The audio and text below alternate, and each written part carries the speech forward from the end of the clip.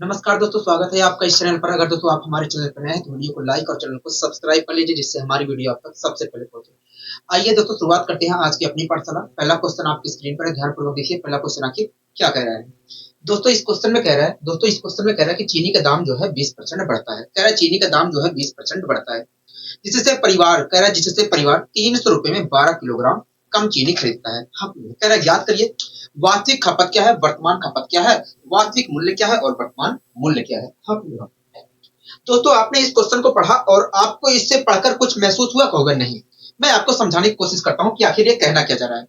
दोस्तों, कह रहा है कि चीनी का दाम जो है 20% बढ़ता है। कह रहा है जिससे जिससे परिवार 300 रुपए में 12 किलोग्राम चीनी कम खरीदता है। इसका मतलब दोस्तों यही है कि पहले भी परिवार 300 रुपए में चीनी खरीद रहा था और आज भी परिवार 300 रुपए में चीनी खरीद रहा है, लेकिन दाम में वृद्धि होने की वजह से वो पहले के मुकाबले 12 किलोग्राम चीनी कम खरीद पा रहा है। हाँ, अब समझ में आया? कहोगे हाँ, हमें ये चीज समझ में आ गई है। हमसे पूछ क्या रहा? कहोगे वास्तविक खपत पूछ रहा है, वर्तमान खपत पूछ रहा है, वास्तविक मूल्य पूछ रहा है और वर्तमान मूल्य पूछ रहा है।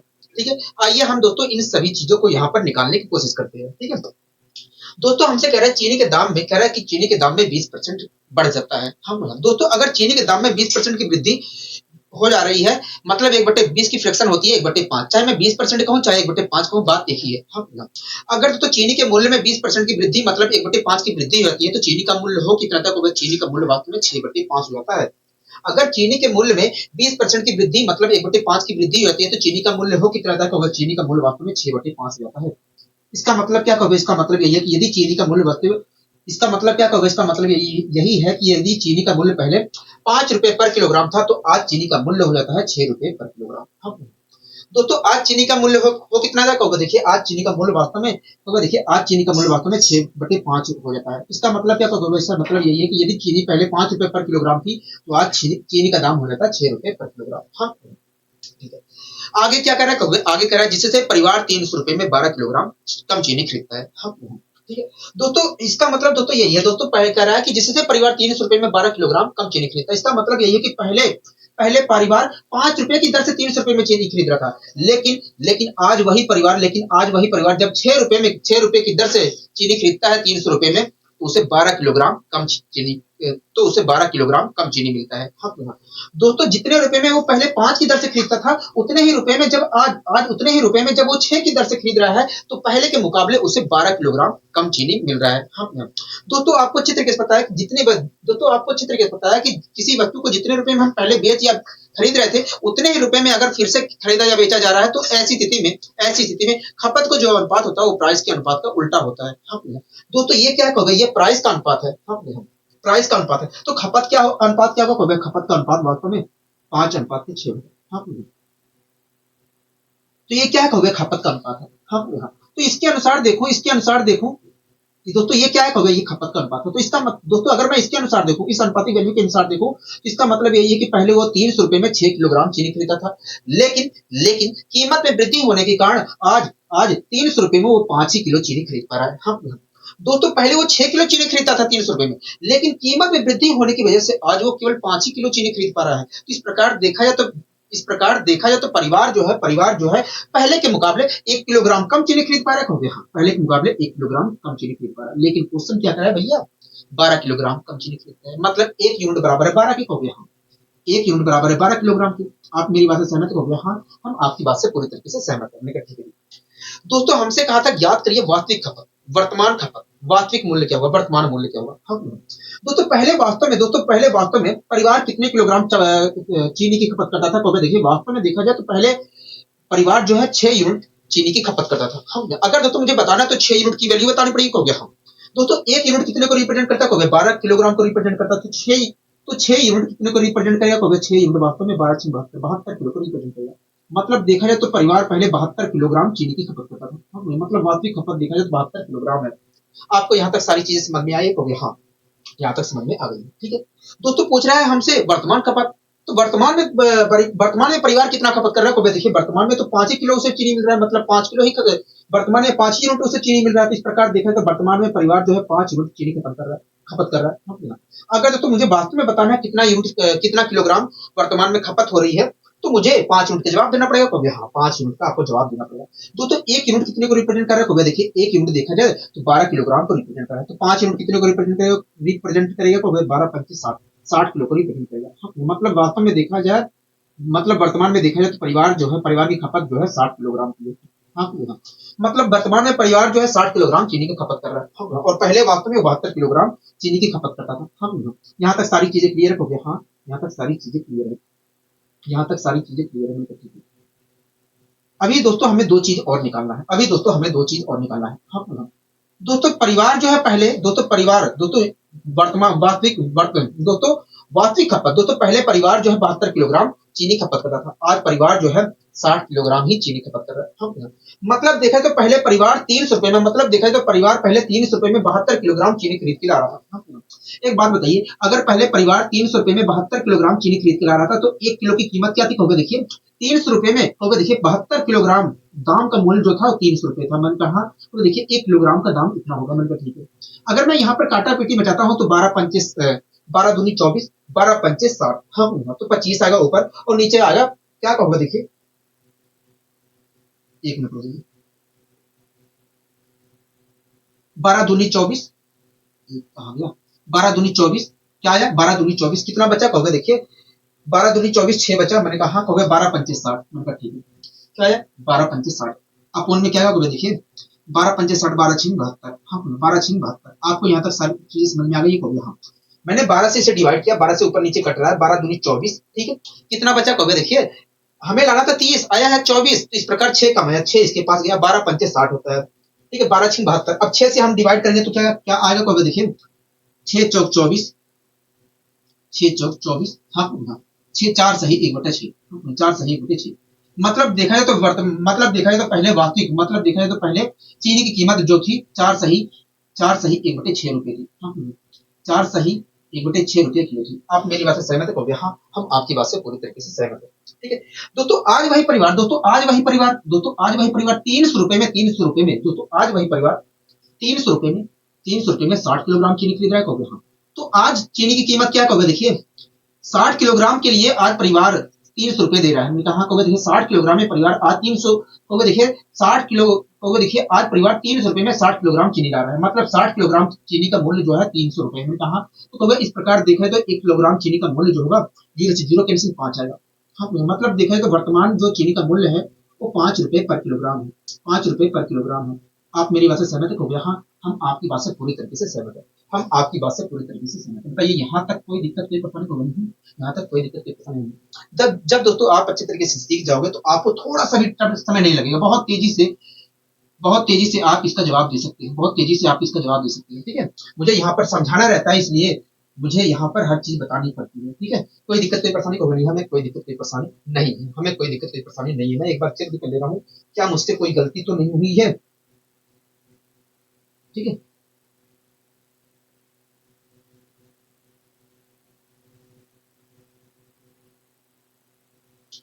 मैंने एक यूनिट यहाँ पर देखा है तो हाँ ठीक है, पहले के मुकाबले एक यूनिट कम खरीद रहे, 12 हो गया। ठीक है, और 12 12 6 72, 72 से हमने 300 को डिवाइड किया, 4 से 1/6 आ गया, और 60 से हमने 300 को डिवाइड किया। ठीक है, अब यहाँ तक सारी चीजें समझ में आ गई है, तो आइए हम अगले क्वेश्चन की ओर भी बढ़ने की कोशिश करते हैं। ठीक है, अगला क्वेश्चन देखिए सेम टू सेम है, कुछ अलग नहीं है। ठीक है, पढ़िए क्या कहना चाह रहा है। देखिए हमसे कह रहा है चीनी का दाम जो है 20% कम हो जाता है। हाँ, कह रहा है चीनी का दाम जो है 20% कम हो जाता है। एक मिनट, कह रहा है चीनी का दाम जो है 20% कम हो जाता है, जिससे परिवार 400 रुपए में 20 किलोग्राम अधिक चीनी खरीदता है। हाँ, कह रहा है याद करिए वास्तविक खपत क्या है, वर्तमान खपत क्या है, वास्तविक मूल्य क्या है, वर्तमान मूल्य क्या है। हाँ, ठीक है दोस्तों, आपने इसे पढ़ा तो आपको कुछ महसूस हुआ? कहोगे हाँ। मैंने कहा क्या महसूस हुआ? कहोगे देखिए कह रहा है चीनी का दाम जो है 20% कम हो जाता है। मैंने कहा हाँ। तो कह रहा है आगे, जिससे परिवार 400 रुपए में 20 किलोग्राम अधिक चीनी खरीदता है। इसका मतलब यही है कि पहले भी परिवार 400 रुपए में चीनी खरीद रहा था, आज भी 400 रुपए में चीनी खरीद रहा है, लेकिन दाम में कमी होने की वजह से, आज उतने ही रुपए में 20 किलोग्राम उनसे अधिक चीनी मिल रहा है। हाँ, ठीक है, कह रहा है ज्ञात करिए वास्तविक खपत क्या होगा, वर्तमान खपत क्या होगा, वास्तविक मूल्य क्या होगा, वर्तमान मूल्य क्या होगा। हाँ, आइए हम इन सभी चीजों को यहाँ पर निकालने की कोशिश करते हैं। ठीक है दोस्तों, हमसे कह रहा है चीनी का दाम जो है 20% कम हो जाता है। हाँ, अगर तो चीनी के मूल्य में 20% की कमी हो गई है, मतलब 1/5 की कमी हो गई है, 20% की फ्रैक्शन होती है 1/5, चाहे मैं 20% कहूँ चाहे 1/5 कहूँ, दोनों का मतलब एक ही है। हाँ हाँ। अगर दोस्तों चीनी के मूल्य में 20% की कमी मतलब 1/5 की कमी हो गई है तो चीनी का मूल्य हो कितना गया, तो अगर चीनी का मूल्य वास्तव में 4/5 हो गया, चीनी का मूल्य वास्तव में 4/5 हो गया है। इसका मतलब क्या होगा, इसका मतलब ये है कि यदि पहले चीनी का दाम 5 रुपए पर किलोग्राम था तो आज चीनी का दाम हो गया 4 रुपए पर किलोग्राम। ओके। अगर तो चीनी का मूल्य 4/5 हो गया, पहले चीनी का मूल्य 5 रुपए पर किलोग्राम था तो आज चीनी का मूल्य रहता है 4 रुपए पर किलोग्राम। हाँ, तो ये क्या होगा, ये प्राइस का अनुपात है, ये क्या है, प्राइस का अनुपात है। आप मेरी बात से सहमत हो गए। आगे क्या कर रहा है, आगे कर रहा है जिससे परिवार 400 रुपए में 20 किलोग्राम अधिक चीनी खरीदता है। इसका मतलब ये है कि पहले परिवार वो 5 की दर से 400 रुपए में चीनी खरीद रहा था, लेकिन आज वही परिवार 4 की दर से 400 रुपए में चीनी खरीद रहा है। हाँ, और उससे पहले के मुकाबले आज 20 किलोग्राम अधिक चीनी मिल रहा है। हाँ, ठीक है। दोस्तों जितने रुपए में पहले 5 की दर से चीनी खरीदा था, आज उतने ही रुपए में दोस्तों जितने रुपए में पहले 5 की दर से चीनी खरीदा था, आज उतने ही रुपए में जब 4 की दर से चीनी खरीद रहा है तो उसे 20 किलोग्राम अधिक मिल रहा है। हाँ, परिवार को 20 किलोग्राम अधिक चीनी मिल रहा है।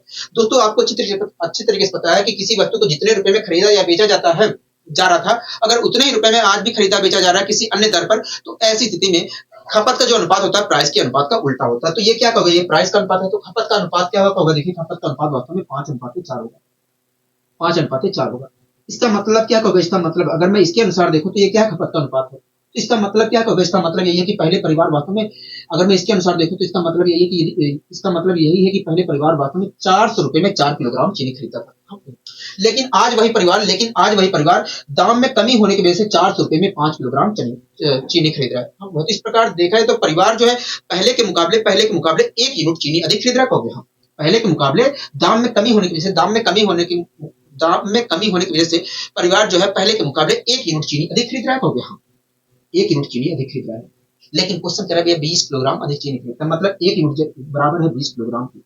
1 यूनिट जो है 20 किलोग्राम के बराबर है। आप मेरी बात से सहमत हो गए? हाँ, हम आपकी बात से पूरी तरीके से सहमत हैं। यहाँ तक कोई दिक्कत कोई परेशानी होगी नहीं, यहाँ तक तो हमें कहीं पर भी दिक्कत कहीं पर भी परेशानी नहीं है। ठीक है। अब हमसे कहा था वास्तविक खपत क्या होगा, वर्तमान खपत क्या होगा, वास्तविक मूल्य क्या होगा, वर्तमान मूल्य क्या होगा। हम ठीक है दोस्तों, पहले परिवार की खपत क्या थी, देखिए पहले परिवार 4 किलोग्राम चीनी खरीदता था, तो इस प्रकार देखें तो पहले परिवार की वास्तविक खपत 4 यूनिट थी। हाँ दोस्तों, पहले परिवार 4 यूनिट चीनी खरीदता था। हाँ, तो इस प्रकार परिवार की पहले खपत क्या थी, 4 यूनिट थी। अगर दोस्तों मुझे वास्तव में बताना है तो 4 यूनिट का जवाब देना पड़ेगा। हाँ, 1 यूनिट की वैल्यू क्या है, 20 रुपए है, 20 किलो के बराबर है। एक यूनिट की वैल्यू 20 किलोग्राम के बराबर है। मैंने कहा तो 4 यूनिट की वैल्यू किसके बराबर होगी, 20 चौक 80, तो आया 80। हाँ, मतलब परिवार वास्तव में पहले 80 किलोग्राम चीनी की खपत करता था। हाँ, मतलब परिवार पहले 80 किलोग्राम चीनी खरीदा था। हाँ, आज दोस्तों परिवार वास्तव में 5 किलोग्राम चीनी की खपत कर रहा है। हाँ, परिवार आज 5 किलो चीनी खरीद रहा है। मतलब परिवार की आज वर्तमान खपत जो है 5 यूनिट है। हाँ, दोस्तों 1 यूनिट की वैल्यू 20 किलोग्राम के बराबर है, तो 5 यूनिट की वैल्यू कितने के बराबर होगी, 5 यूनिट की वैल्यू 100 किलोग्राम के बराबर होगी। मतलब देखा जाए तो आज परिवार 100 किलोग्राम चीनी खरीद रहा है। हाँ, ठीक है दोस्तों, पहले परिवार जो है 400 रुपए में, 80 किलोग्राम चीनी खरीदता था। हाँ, पहले परिवार 400 रुपए में यदि 80 किलोग्राम चीनी खरीदता था, तो बताइए किस रेट पे खरीदता था। देखिए 80 किलो के लिए उसने 400 रुपए पे, देखिए पहले वो 80 किलोग्राम के लिए 400 रुपए पे कर रहा था। इस प्रकार देखा जाए तो 1 किलो के लिए उसने 5 रुपए पे किया हुआ। मतलब देखा जाए तो पहले चीनी की कीमत जो थी 5 रुपए पर किलोग्राम थी, 5 रुपए पर किलोग्राम। आप मेरी बात से सहमत हो गए? हाँ दोस्तों, अब दोस्तों परिवार 400 रुपए में 400 अब दोस्तों परिवार 400 रुपए में 100 किलोग्राम चीनी खरीद रहा है। हाँ, तो अगर आप 400 रुपए में परिवार 100 किलोग्राम चीनी खरीदता है, तो किस रेट पे खरीद रहा है, देखिए 100 किलोग्राम के लिए परिवार अब 400 रुपए दे रहा है। मैंने कहा तो देखिए अब परिवार 400 रुपए में 100 किलोग्राम चीनी खरीद रहा है। तो इस प्रकार देखें तो 1 किलो का प्राइस जो होगा 400/100 होगा। तो अगर मैं काटा पीटी बचाता हूँ तो आएगा 4 रुपए पर किलोग्राम। मतलब आज परिवार जो है चीनी जो है 4 रुपए पर किलोग्राम के हिसाब से खरीद रहा है। ठीक है, इस प्रकार हम कह सकते हैं। दोस्तों हमसे पूछा क्या गया था, देखिए वास्तविक खपत पूछा गया था, वर्तमान खपत पूछा गया था, वास्तविक मूल्य पूछा गया था, वर्तमान मूल्य पूछा गया था। तो वास्तविक खपत 80 किलोग्राम की, पहले परिवार 80 किलोग्राम चीनी का यूज करता था। वर्तमान खपत परिवार की 100 किलोग्राम है। क्योंकि आज 100 किलोग्राम चीनी खपत कर रहा है। वास्तविक मूल्य पहले जो प्राइस था चीनी का वो 5 रुपए पर किलोग्राम था। क्योंकि 5 रुपए पर किलोग्राम के हिसाब से खरीद रहा था पहले। आज प्राइस हो गया है 4 रुपए पर किलोग्राम, क्योंकि आज 4 रुपए के हिसाब से खरीद रहा है। इस प्रकार ये सारे आपके क्वेश्चनों का जवाब हुआ। यहाँ तक सारी चीजें समझ में आ गई। यहाँ तक हमें सारी चीजें समझ में आ गई। थोड़ा आइए हम और आगे बढ़ने की यहाँ पर कोशिश करते हैं। दोस्तों अगला क्वेश्चन आप देखिए। अगला क्वेश्चन आप पढ़िए, देखिए क्या कहना चाह रहा है, देखिए अगला हमसे क्वेश्चन कह रहा है कि चावल का मूल्य, कह रहा है चावल का मूल्य जो है 10% कम रहता है, कह रहा है चावल का मूल्य जो है 10% कम रहता है, कह रहा है जिससे परिवार 1 रुपए में 50 ग्राम अधिक चावल खरीदता है। हाँ, कह रहा है वास्तविक खपत क्या, बताइए क्या होगी। हाँ, कह रहा है चावल का मूल्य जो है 10% कम रहता है, कह रहा है जिससे परिवार 1 रुपए में 50 ग्राम चावल अधिक खरीदता है। इसका मतलब दोस्तों ये है कि पहले भी परिवार 1 रुपए में चावल खरीदता था, और आज भी परिवार 1 रुपए में चावल खरीद रहा है। हाँ, लेकिन चावल के मूल्य में कमी होने की वजह से उसे उतने ही रुपए में 50 ग्राम चावल अधिक मिल रहा है। हाँ, उतने ही रुपए में 50 ग्राम चावल अधिक मिल रहा है। आप मेरी बात से सहमत कहोगे हम, कह रहा वास्तविक खपत क्या होगी। ठीक है, आइए इस क्वेश्चन को भी हम सोल्व करने की कोशिश करते हैं। दोस्तों हमसे कह रहा है चावल का मूल्य जो है 10% कम रहता है। अगर दोस्तों चावल के मूल्य में 10% की कमी, मतलब 1/10 की कमी हो जाती है, तो चावल का मूल्य हो कितना था, तो देखिए अगर चावल के मूल्य में 1/10 की कमी हो जाती है, तो आज चावल का मूल्य जो है 9/10 हो जाता है। आज चावल का मूल्य क्या होता है, 9/10 हो जाता है। अगर दोस्तों चावल के मूल्य में 1/10 की कमी हो जाती है, तो आज चावल का मूल्य हो कितना था, आज चावल का मूल्य 9/10 हो जाता है। इसका मतलब क्या, इसका मतलब ये है कि पहले यदि इसका मतलब क्या होगा, इसका मतलब ये है कि पहले चावल का मूल्य वास्तव में 10 रुपए पर किलोग्राम था, आज हो गया है चावल का मूल्य 9 रुपए पर किलोग्राम। हाँ, अगर दोस्तों चावल के मूल्य में 10% की कमी, मतलब 1/10 की कमी हो गई है, तो आज चावल का मूल्य हो कितना गया, तो 9/10 हो गया। इसका मतलब ये है कि यदि पहले चावल की कीमत 10 रुपए पर किलोग्राम थी, तो आज चावल का मूल्य हो गया 9 रुपए पर किलोग्राम। तो ये क्या है, ये प्राइस का अनुपात है। ये क्या है, प्राइस का अनुपात है। आप मेरी बात से सहमत हो गए हम। आगे क्या कर रहा है, आगे कह रहा है जिससे परिवार 1 रुपए में 50 किलोग्राम चावल अधिक खरीदता है। हाँ, इसका मतलब दोस्तों ये है कि पहले परिवार वास्तव में 10 की दर से 1 किलो इसका मतलब दोस्तों यही है कि पहले परिवार वास्तव में 10 की दर से 1 रुपए में चीनी खरीदता था, और आज वही परिवार 9 रुपए में 9 रुपए की दर से 1 रुपए में चीनी खरीद रहा है। हाँ, कह रहा है जिससे एक परिवार 1 रुपए में 50 ग्राम अधिक चावल खरीदता है। इसका मतलब यही कि पहले परिवार 10 रुपए की दर से चीनी खरीदता था, चावल खरीद रहा था 1 रुपए में, लेकिन आज वही परिवार 9 रुपए की दर से 1 रुपए में चावल खरीद रहा है। हाँ, लेकिन उससे पहले के मुकाबले 50 ग्राम चावल अधिक मिल रहा है। हाँ, ठीक है दोस्तों, जितने रुपए में पहले 10 की दर से चावल खरीद रहा था, आज उतने ही रुपए में जब वो 9 की दर से चावल खरीद रहा है, तो 50 ग्राम अधिक चावल मिल रहा है। हाँ, हाँ। दोस्तों आपको अच्छे तरीके से पता है कि जब किसी वस्तु को जितने रुपए में खरीदा या बेचा जा रहा था, उतने ही रुपए में आज भी खरीदा बेचा जा रहा है किसी अन्य दर पर, तो ऐसी स्थिति में खपत का जो अनुपात होता है प्राइस के अनुपात का उल्टा होता है। तो ये क्या है, कहोगे ये प्राइस का अनुपात है, तो खपत का अनुपात क्या होगा, खपत का अनुपात वास्तव में 10/9 होगा। खपत का अनुपात 10/9 होगा। 10/9 होगा।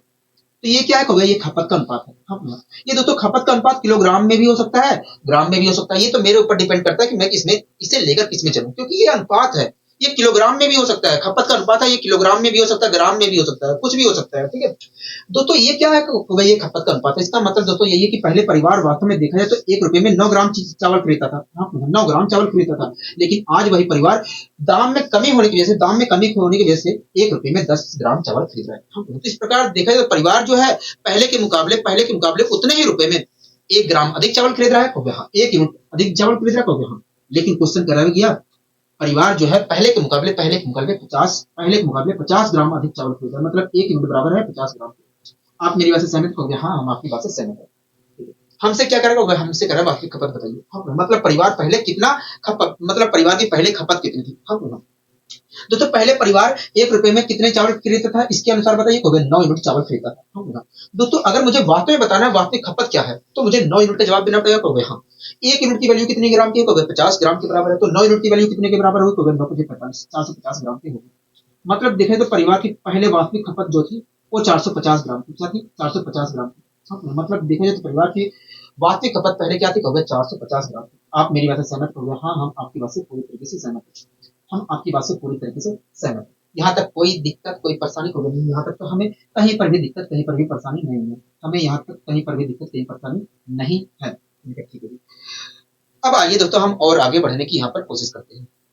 ठीक है, इस क्वेश्चन को भी देखिए क्या कहना चाह रहा है ये क्वेश्चन को देखिए। कह रहा है चीनी के दाम में 2 रुपए पर किलोग्राम की कमी होने पर एक व्यक्ति 16 रुपए में 4 किलोग्राम अधिक चीनी खरीदता है। कह रहा है वास्तविक मूल्य ज्ञात करिए। हाँ, इसका मतलब दोस्तों हमसे कह रहा है चीनी के दाम में 2 रुपए प्रति किलोग्राम की कमी होने पर एक व्यक्ति 16 रुपए में 4 किलोग्राम अधिक चीनी खरीदता है। इसका मतलब दोस्तों ये है कि पहले भी परिवार 16 रुपए में चीनी खरीद रहा था, और आज भी परिवार 16 रुपए में ही चीनी खरीद रहा है, लेकिन दाम में 2 रुपए की कमी होने की वजह से कमी होने की वजह से पहले के मुकाबले आज उतने ही रुपए में उसे 4 किलोग्राम अधिक चीनी मिल रहा है। हाँ, ठीक है, हमसे कह रहा है वास्तविक मूल्य बता दीजिए। हाँ, ठीक है, कोई दिक्कत कोई परेशानी कोई नहीं, हमें कोई दिक्कत कोई परेशानी नहीं है।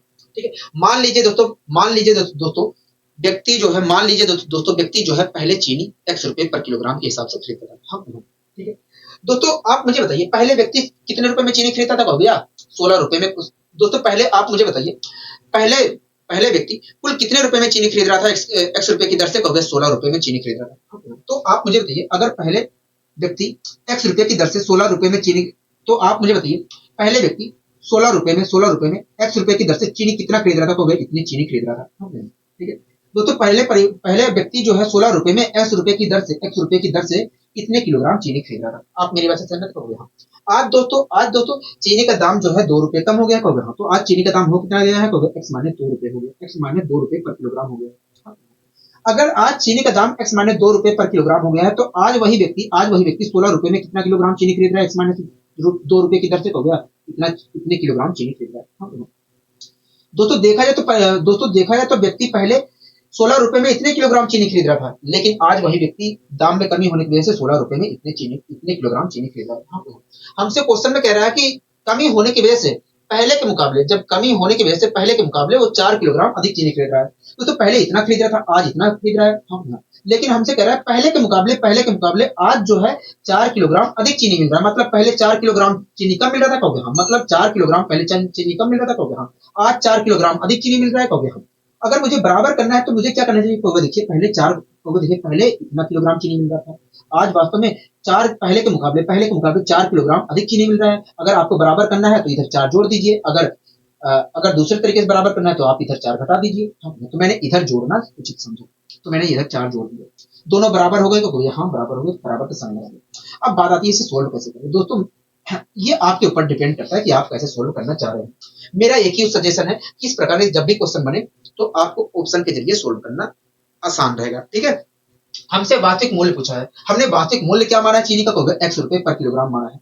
हाँ, मतलब एक बात बताइए, जब वास्तविक मूल्य पूछा गया है तो हमें ऑप्शन क्या दिया गया? ऑप्शन वास्तविक मूल्य का ही तो दिया गया होगा कहोगे? ठीक है, तो आइए हम ऑप्शन के माध्यम से यहाँ पर उठाने की कोशिश करते हैं। ठीक है, मैं पीछे से शुरुआत करता हूँ। ठीक है, मान लीजिए दोस्तों चीनी का जो मूल्य है, वास्तविक मूल्य है ₹7 पर किलोग्राम। अगर चीनी का मूल्य वास्तविक मूल्य ₹7 पर किलोग्राम है तो x की वैल्यू 7 होगी कहोगे? हाँ। तो अगर यहाँ पर 7 रखने पर ये दोनों पक्ष, ये समीकरण संतुष्ट हो रही है, तो ऐसी स्थिति में वास्तविक मूल्य 7 होगा, अन्यथा नहीं होगा। तो अगर मैं यहाँ पर रखता हूँ तो ये किसी कीमत पे नहीं कट रहा, मतलब ये किसी कीमत पर हमारा ऑप्शन नहीं हो सकता है। ठीक है, मान लीजिए वास्तविक मूल्य जो है चीनी का ₹9 पर किलोग्राम है। अगर ₹9 पर किलोग्राम है तो यहाँ पर रखने पर x की वैल्यू, तो ऐसी स्थिति में x की वैल्यू 9 होगी कहोगे? हाँ। और 9 रखूंगा तो ये पूरा संतुष्ट होना चाहिए, लेकिन ऐसा दिख नहीं रहा है। हाँ, मतलब ये भी नहीं हो सकता है। ठीक है, मान लीजिए चीनी की कीमत वास्तव में ₹12 पर किलोग्राम है, मतलब x की वैल्यू 12 है। अगर मैं यहाँ पर 12 रखता हूँ तब भी हमारा इससे सेटिस्फाई नहीं कर पाएगा। अगर मैं 4 मानता हूँ तब देखिए, अगर मान लीजिए वास्तविक कीमत जो है ₹4 पर किलोग्राम है, तो इस प्रकार x की वैल्यू क्या होगी कहोगे? 4 होगी। जब मैं यहाँ पर 4 रखूंगा तो यहाँ पर 4 जब 16 8 आ जाएगा। यहाँ पर 4 रखता हूँ तो 4 माइनस 2 2 आएगा, 2 8 16, तो यहाँ पर भी 18, यहाँ पर भी 18। मतलब वास्तव में देखा जाए तो वास्तविक कीमत चीनी की वास्तविक कीमत वास्तव में ₹4 पर किलोग्राम है। हाँ, चीनी की वास्तविक कीमत क्या थी कहोगे? ₹4 पर किलोग्राम। आप मेरी बात से सहमत हो गए? हाँ, हम आपकी बात से पूरी तरीके से सहमत है। बताइए यहाँ तक कोई दिक्कत कोई परेशानी तो नहीं? हमें यहाँ तक कोई दिक्कत कोई परेशानी नहीं है। ठीक है, ठीक है। अब आइए दोस्तों हम और आगे बढ़ने की कोशिश करते हैं। ठीक है दोस्तों, अगला क्वेश्चन आप देख रहे हो? हाँ, अगला क्वेश्चन हम देख रहे हैं। क्या कहना चाह रहा है अगला क्वेश्चन कहोगे? देखिए कह रहा है कि अंडे के दामों में, एक मिनट, ठीक है, कह रहा है अंडे के दामों में 50 पैसे प्रति दर्जन की कमी होने के कारण एक व्यक्ति ₹66 में 1 दर्जन अंडे अधिक खरीदता है। ठीक है दोस्तों, इसका मतलब यही है कि पहले भी परिवार ₹66 में अंडे खरीद रहा था, और आज भी परिवार ₹66 में अंडे खरीद रहा है। लेकिन दाम में कमी होने की वजह से आज उतने ही रुपए में 1 दर्जन अंडे अधिक खरीदता है। ठीक है, कह रहा है अंडों का प्रति दर्जन वास्तविक मूल्य क्या होगा? मान लीजिए दोस्तों व्यक्ति जो है पहले ₹X प्रति दर्जन के हिसाब से अंडे खरीद रहा था। मान लीजिए दोस्तों पहले व्यक्ति जो है ₹X प्रति दर्जन के हिसाब से अंडे खरीद रहा था। ठीक है दोस्तों, व्यक्ति जो है पहले ₹66 के अंडे खरीद रहा था कहोगे? हाँ। और वो जो ₹66 के अंडे खरीद रहा था वो X की दर से खरीद रहा था कहोगे? हाँ। ₹X प्रति दर्जन के हिसाब से खरीद रहा था। तो आप मुझे बताइए, अगर व्यक्ति पहले ₹X प्रति दर्जन के हिसाब से अंडे खरीद रहा था तो ₹66 में कितने अंडे खरीद रहा था कहोगे? देखिए ₹66 में वास्तव में इतने दर्जन अंडे खरीद रहा था। अगर पहले व्यक्ति ₹X प्रति दर्जन के हिसाब से अंडे खरीद रहा खरीद रहा था तो 66 रुपए में कितना खरीद रहा था, कहोगे 66 रुपए में इतने खरीद रहा था। हाँ, इतने अंडे खरीद रहा था, कोई दिक्कत कोई परेशानी कहोगे नहीं, इतने दर्जन अंडे खरीद रहा था। ठीक है। आज दोस्तों अंडों का दाम, दोस्तों आज अंडे के दाम में 50 पैसे की कमी आ गई। 50 पैसे का मतलब होता है 1/2 रुपए। ठीक है। अगर आज दोस्तों अंडे के दाम में अगर दोस्तों आज अंडे के दाम में 50 पैसे की मतलब 1/2 रुपए की कमी आ गई है, तो आज अंडे का दाम होगी कितना गया है, x-2 प्रति दर्जन हो गया है। आज अंडे का दाम कितना हो गया है, आज अंडे का दाम वास्तव में x-1/2 प्रति दर्जन हो गया है। हाँ, दोस्तों आज वास्तव में देखा जाए तो अंडे का दाम कितना हो गया। हाँ, तो आप मुझे बताइए, अगर आज अंडे का दाम इतना हो गया तो आज व्यक्ति 66 रुपए में कितना अंडा खरीद रहा हो गया। आज वास्तव में व्यक्ति 66 रुपए में इतने दर्जन अंडे खरीद पा रहा है। हाँ, तो पहले व्यक्ति जो है 66 रुपए में इतने अंडे खरीदता था, लेकिन दाम में कमी होने की वजह से आज आदमी जो है 66 रुपए में इतने दर्जन अंडे खरीद रहा है। लेकिन क्वेश्चन कह रहा है कि पहले के मुकाबले आज जो है 1 किलोग्राम अधिक, 1 दर्जन अंडे अधिक मिल रहे हैं, कहोगे हाँ। मतलब पहले वास्तव में 1 दर्जन अंडे कम मिल रहे थे, कहोगे हाँ। आज वास्तव में एक दर्जन अंडे अधिक मिल रहे हैं, कहोगे हाँ। अगर दोस्तों मुझे बराबर करना है तो मुझे क्या करना चाहिए, देखिए आज वास्तव में 1 दर्जन अधिक मिल रहे हैं, अगर और पहले देखिए अगर आपको बराबर करना है तो आप इसमें से घटा दीजिए। मैंने कहा ऐसा क्यों, देखिए पहले के मुकाबले आज 1 दर्जन अधिक मिल रहा है, तो ये 1 दर्जन अधिक होगा। अगर बराबर करना है तो ये घटा दीजिए। ये दूसरा तरीका क्या है, कहोगे देखिए 1 दर्जन पहले कम मिल रहा था, अगर आप इधर एक जोड़ देते हैं तो दोनों बराबर हो जाएंगे, कहोगे हाँ। तो मेरे लिए फायदेमंद रहेगा कि मैं जोड़ू, क्योंकि घटाने में दिक्कत होने लगता है। मैंने यहाँ पर जोड़ दिया तो ये क्या होगा, तो ये दोनों बराबर हो गए, तो मैंने बराबर साइन लगा दिया। अब ये बात आती है आपके ऊपर कि आप सोल्व कैसे करते हैं। मेरा एक ही सजेशन है कि इस प्रकार के क्वेश्चन को आप ऑप्शन के जरिए सोल्व करें। ठीक है। दोस्तों हमसे पूछा है अंडों का वास्तविक मूल्य क्या है, अंडों का प्रति दर्जन वास्तविक मूल्य क्या है। हम तो जो भी वैल्यू दी गई है दोस्तों, हमने अंडों का वास्तविक मूल्य जो माना है, वास्तविक मूल्य माना जो है x रुपए प्रति दर्जन माना है, मतलब जो भी दी गई है x की वैल्यू दी गई है। हम ठीक है। तो मैं पीछे से शुरुआत करता हूँ। ठीक है। मान लीजिए अंडे का प्रति दर्जन वास्तविक मूल्य था 7 रुपए पर दर्जन। ठीक है। तो इस प्रकार x की वैल्यू क्या होगी, 7 होगी। अगर मैं यहाँ पर 7 रखता हूँ तो पूरा सेटिस्फाई करेगा, कहोगे हाँ। लेकिन किसी कीमत पर 66 में 7 ना होने के कारण ये तो डिवाइड होगा ही ना, तो सेटिस्फाई क्या होगा, कहोगे मतलब ये हमारा ऑप्शन नहीं है। मान लीजिए अंडों का प्रति दर्जन वास्तविक मूल्य जो था 9 रुपए प्रति दर्जन था। ठीक है। तो इस प्रकार x की वैल्यू क्या होगी, 9 होगी, कहोगे हाँ। अगर मैं यहाँ पर 9 रखता हूँ तो 66 में 9 तो नहीं दिख रहा है, 3 तो दिख रहा है, लेकिन 9 नहीं दिख रहा है, मतलब ये डिवाइड भी नहीं होगा। जब डिवाइड नहीं होगा तो सेटिस्फाई करने के कोई औचित्य ही नहीं बनता है। ठीक है। औचित्य ही नहीं बनता है। मान लीजिए अंडों का प्रति दर्जन वास्तविक मूल्य जो था अंडों का प्रति दर्जन वास्तविक मूल्य जो था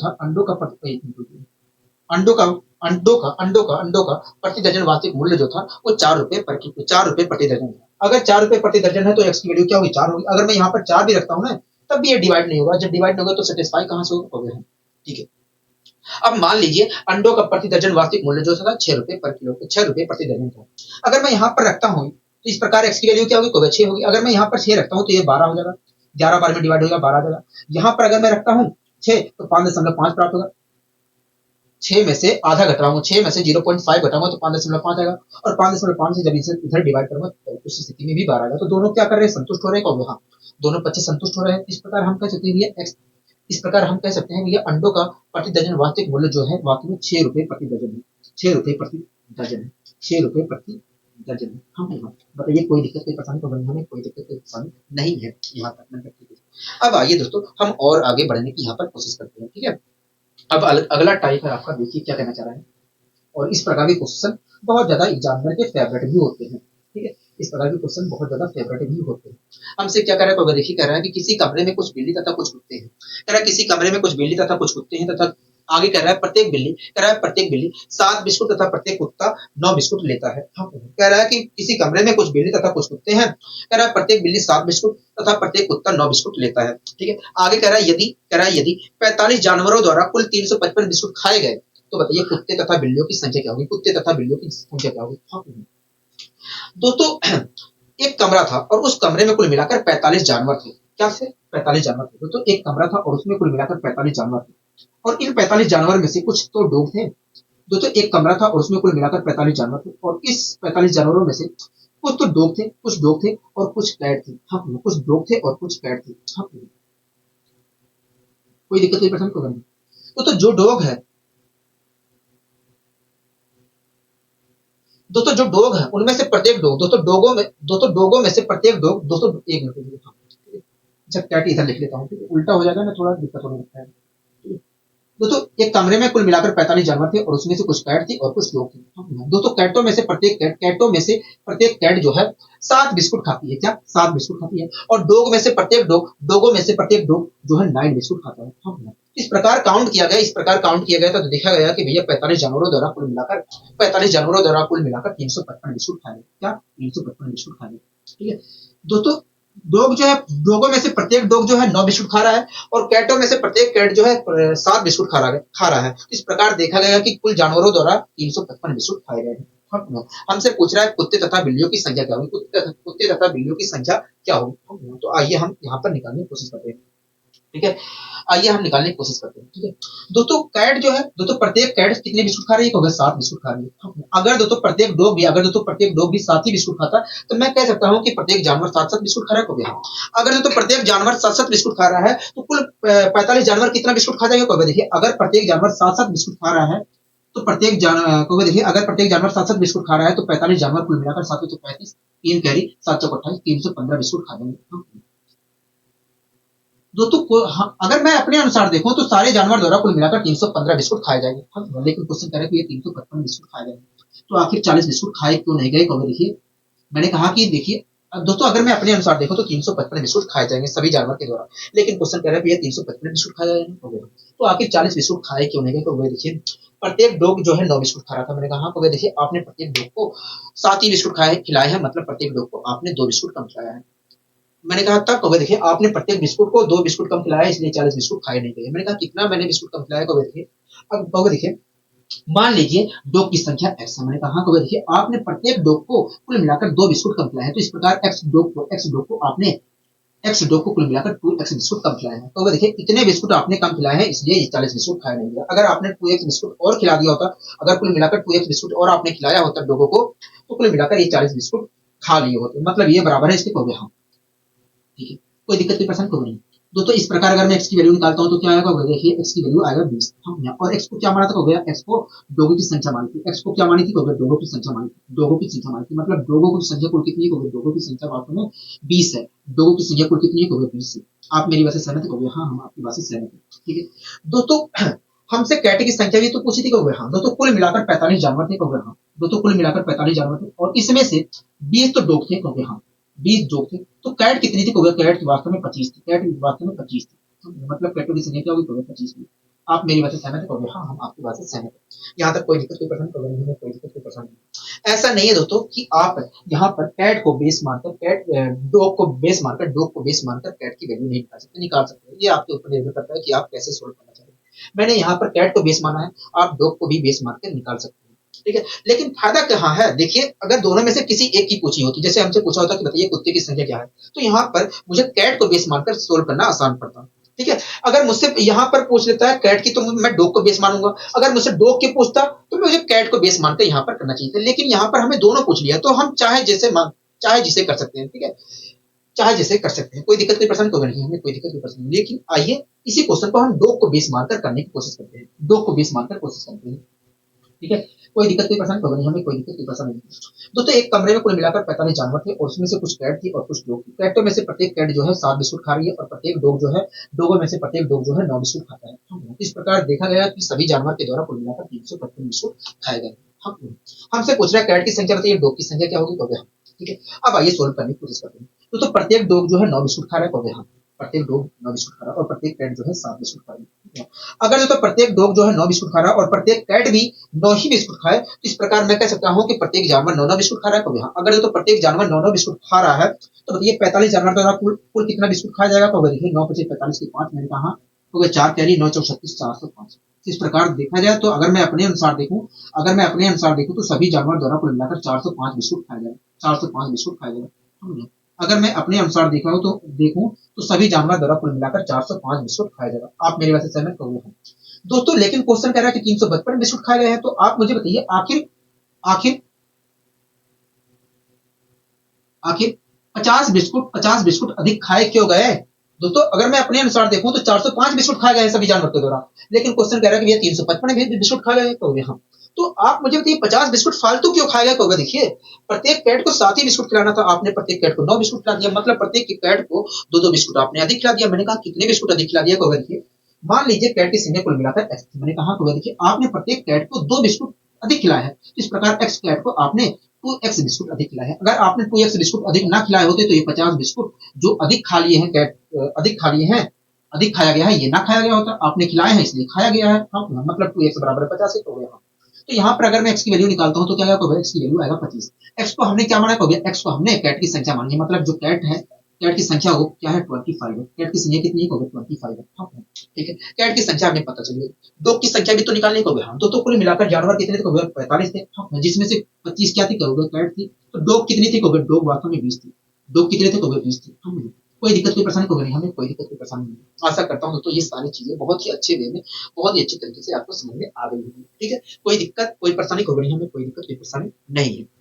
अब आइए दोस्तों हम और आगे बढ़ने की यहाँ पर कोशिश करते हैं। दोस्तों अगला क्वेश्चन आप देखिए क्या कहना चाह रहा है। एक मिनट, ठीक है। तो अगला क्वेश्चन आप देखिए क्या कहना चाह रहा है। देखिए अगला हमसे क्वेश्चन कह रहा है कि किसी चिड़ियाघर में, कह रहा है किसी चिड़ियाघर में कुछ खरगोश तथा कुछ कबूतर है। कह रहा है किसी चिड़ियाघर में कुछ खरगोश तथा कुछ कबूतर है। कह रहा है कुल सिरों की संख्या 280 है। अब बताइए दोस्तों अगर सिरों की संख्या कुल मिलाकर 280 है तो चिड़ियाघर में जो जीव है कुल मिलाकर उनकी संख्या भी तो 280 होगी। हो गया, क्योंकि जितने सर होंगे उतने ही जीव होंगे। हो गया, ठीक है।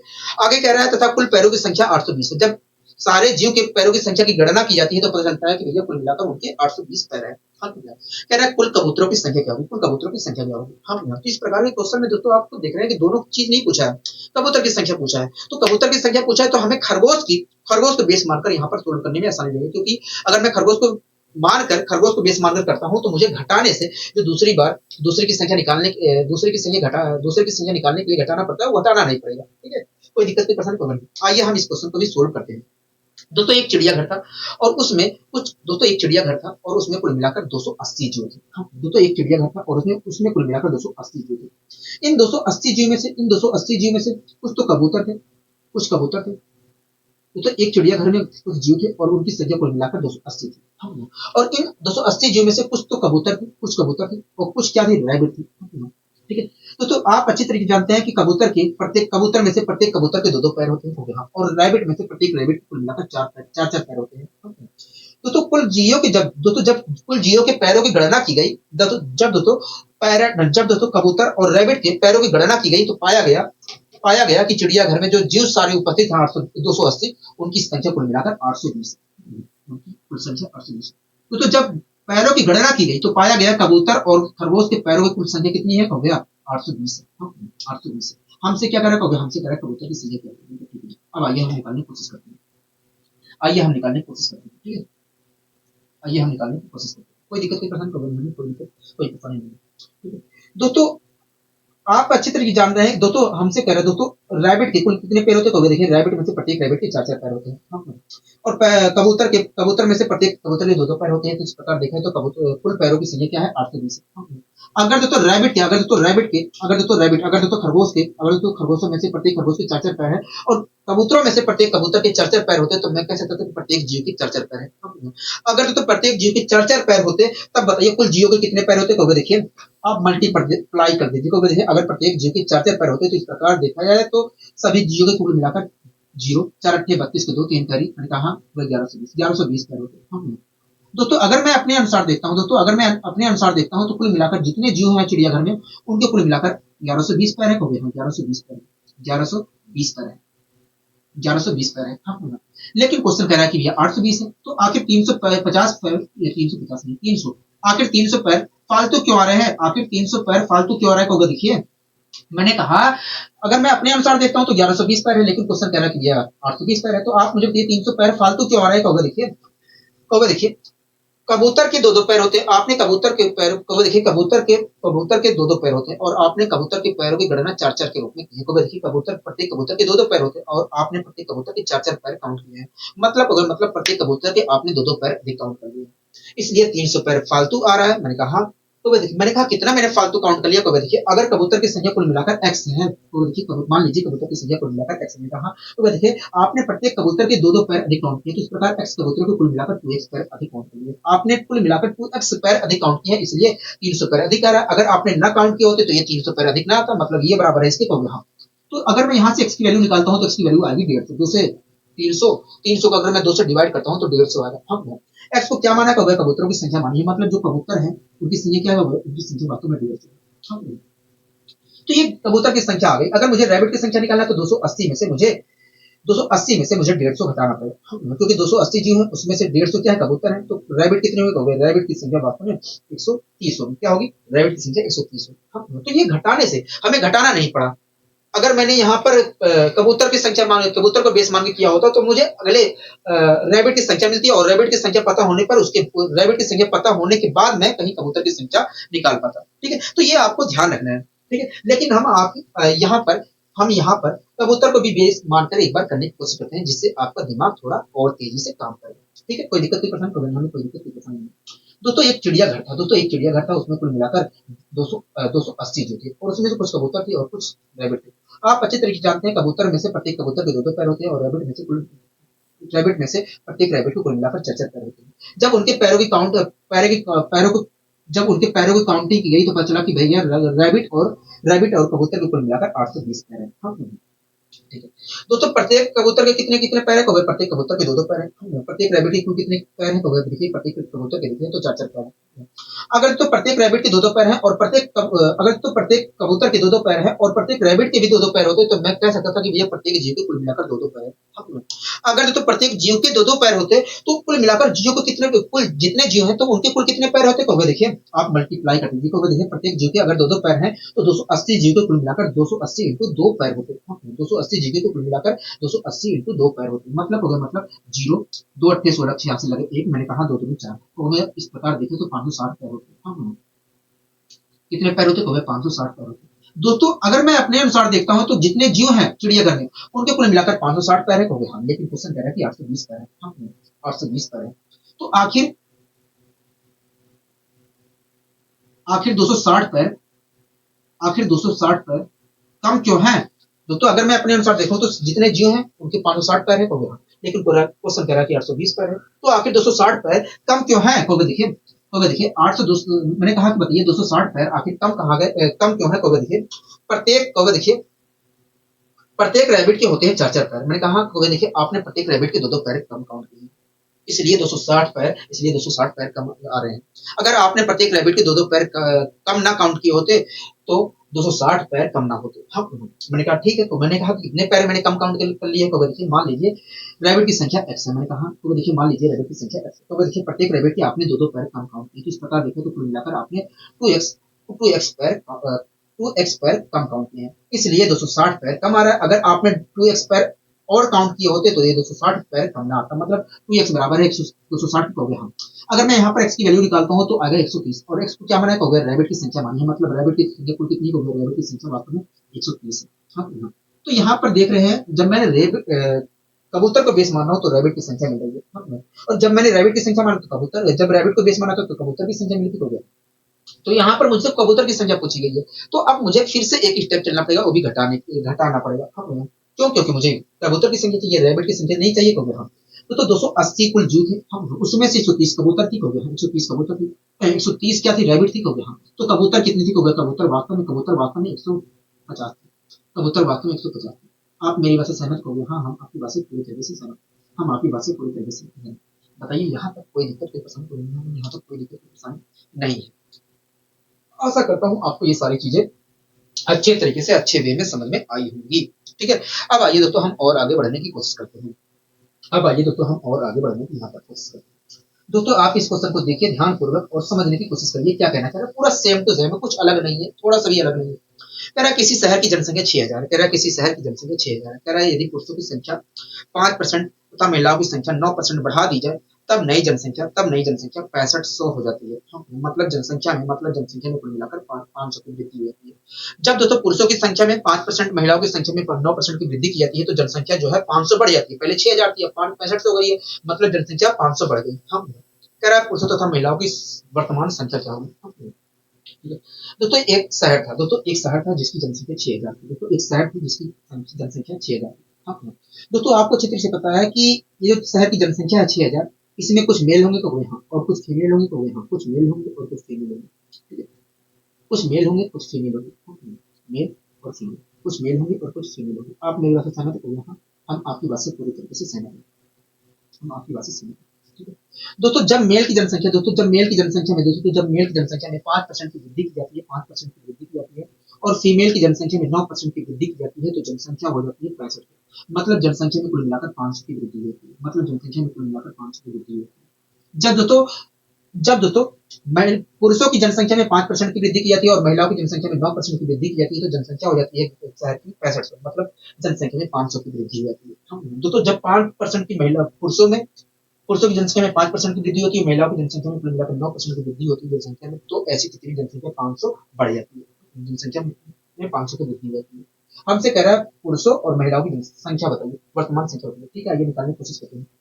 ठीक है दोस्तों आप यहाँ पर देख रहे हैं पुरुषों की जनसंख्या में 5% और महिलाओं की जनसंख्या में 9% की वृद्धि की जा रही है, तो जनसंख्या क्या हो जा रही है? 500 बढ़ जा रही है। अगर दोस्तों पुरुषों की जनसंख्या में 5% की वृद्धि की जा रही है और महिलाओं की भी जनसंख्या में 5% की वृद्धि की जाती, तो जनसंख्या केवल 5% बढ़ती होगी। हम अगर दोस्तों पुरुषों की संख्या में 5% की वृद्धि की जा रही है और महिलाओं की भी जनसंख्या में अगर 5% की वृद्धि की जाती, तो जनसंख्या में 5% की वृद्धि होती, तो हाँ मतलब कितनी की वृद्धि होती? तो देखिए अगर मैं इसका 5% निकालता हूँ तो परसेंटेज से डबल जीरो कैंसिल हो जाएगा, 5 तो इस प्रकार देखें तो केवल 300 की वृद्धि होती। दोस्तों अगर दोस्तों मैं अपने हिसाब से देखूं तो जनसंख्या में तो कुल मिलाकर 300 की वृद्धि हो रही है, लेकिन क्वेश्चन कह रहा है कि 500 की वृद्धि हो रही है, तो आखिर 200 की वृद्धि क्यों नहीं हो रही है? देखिए महिलाओं की जनसंख्या में 9% वृद्धि हो रही है और आपने महिलाओं की जनसंख्या में केवल 5% की वृद्धि की है।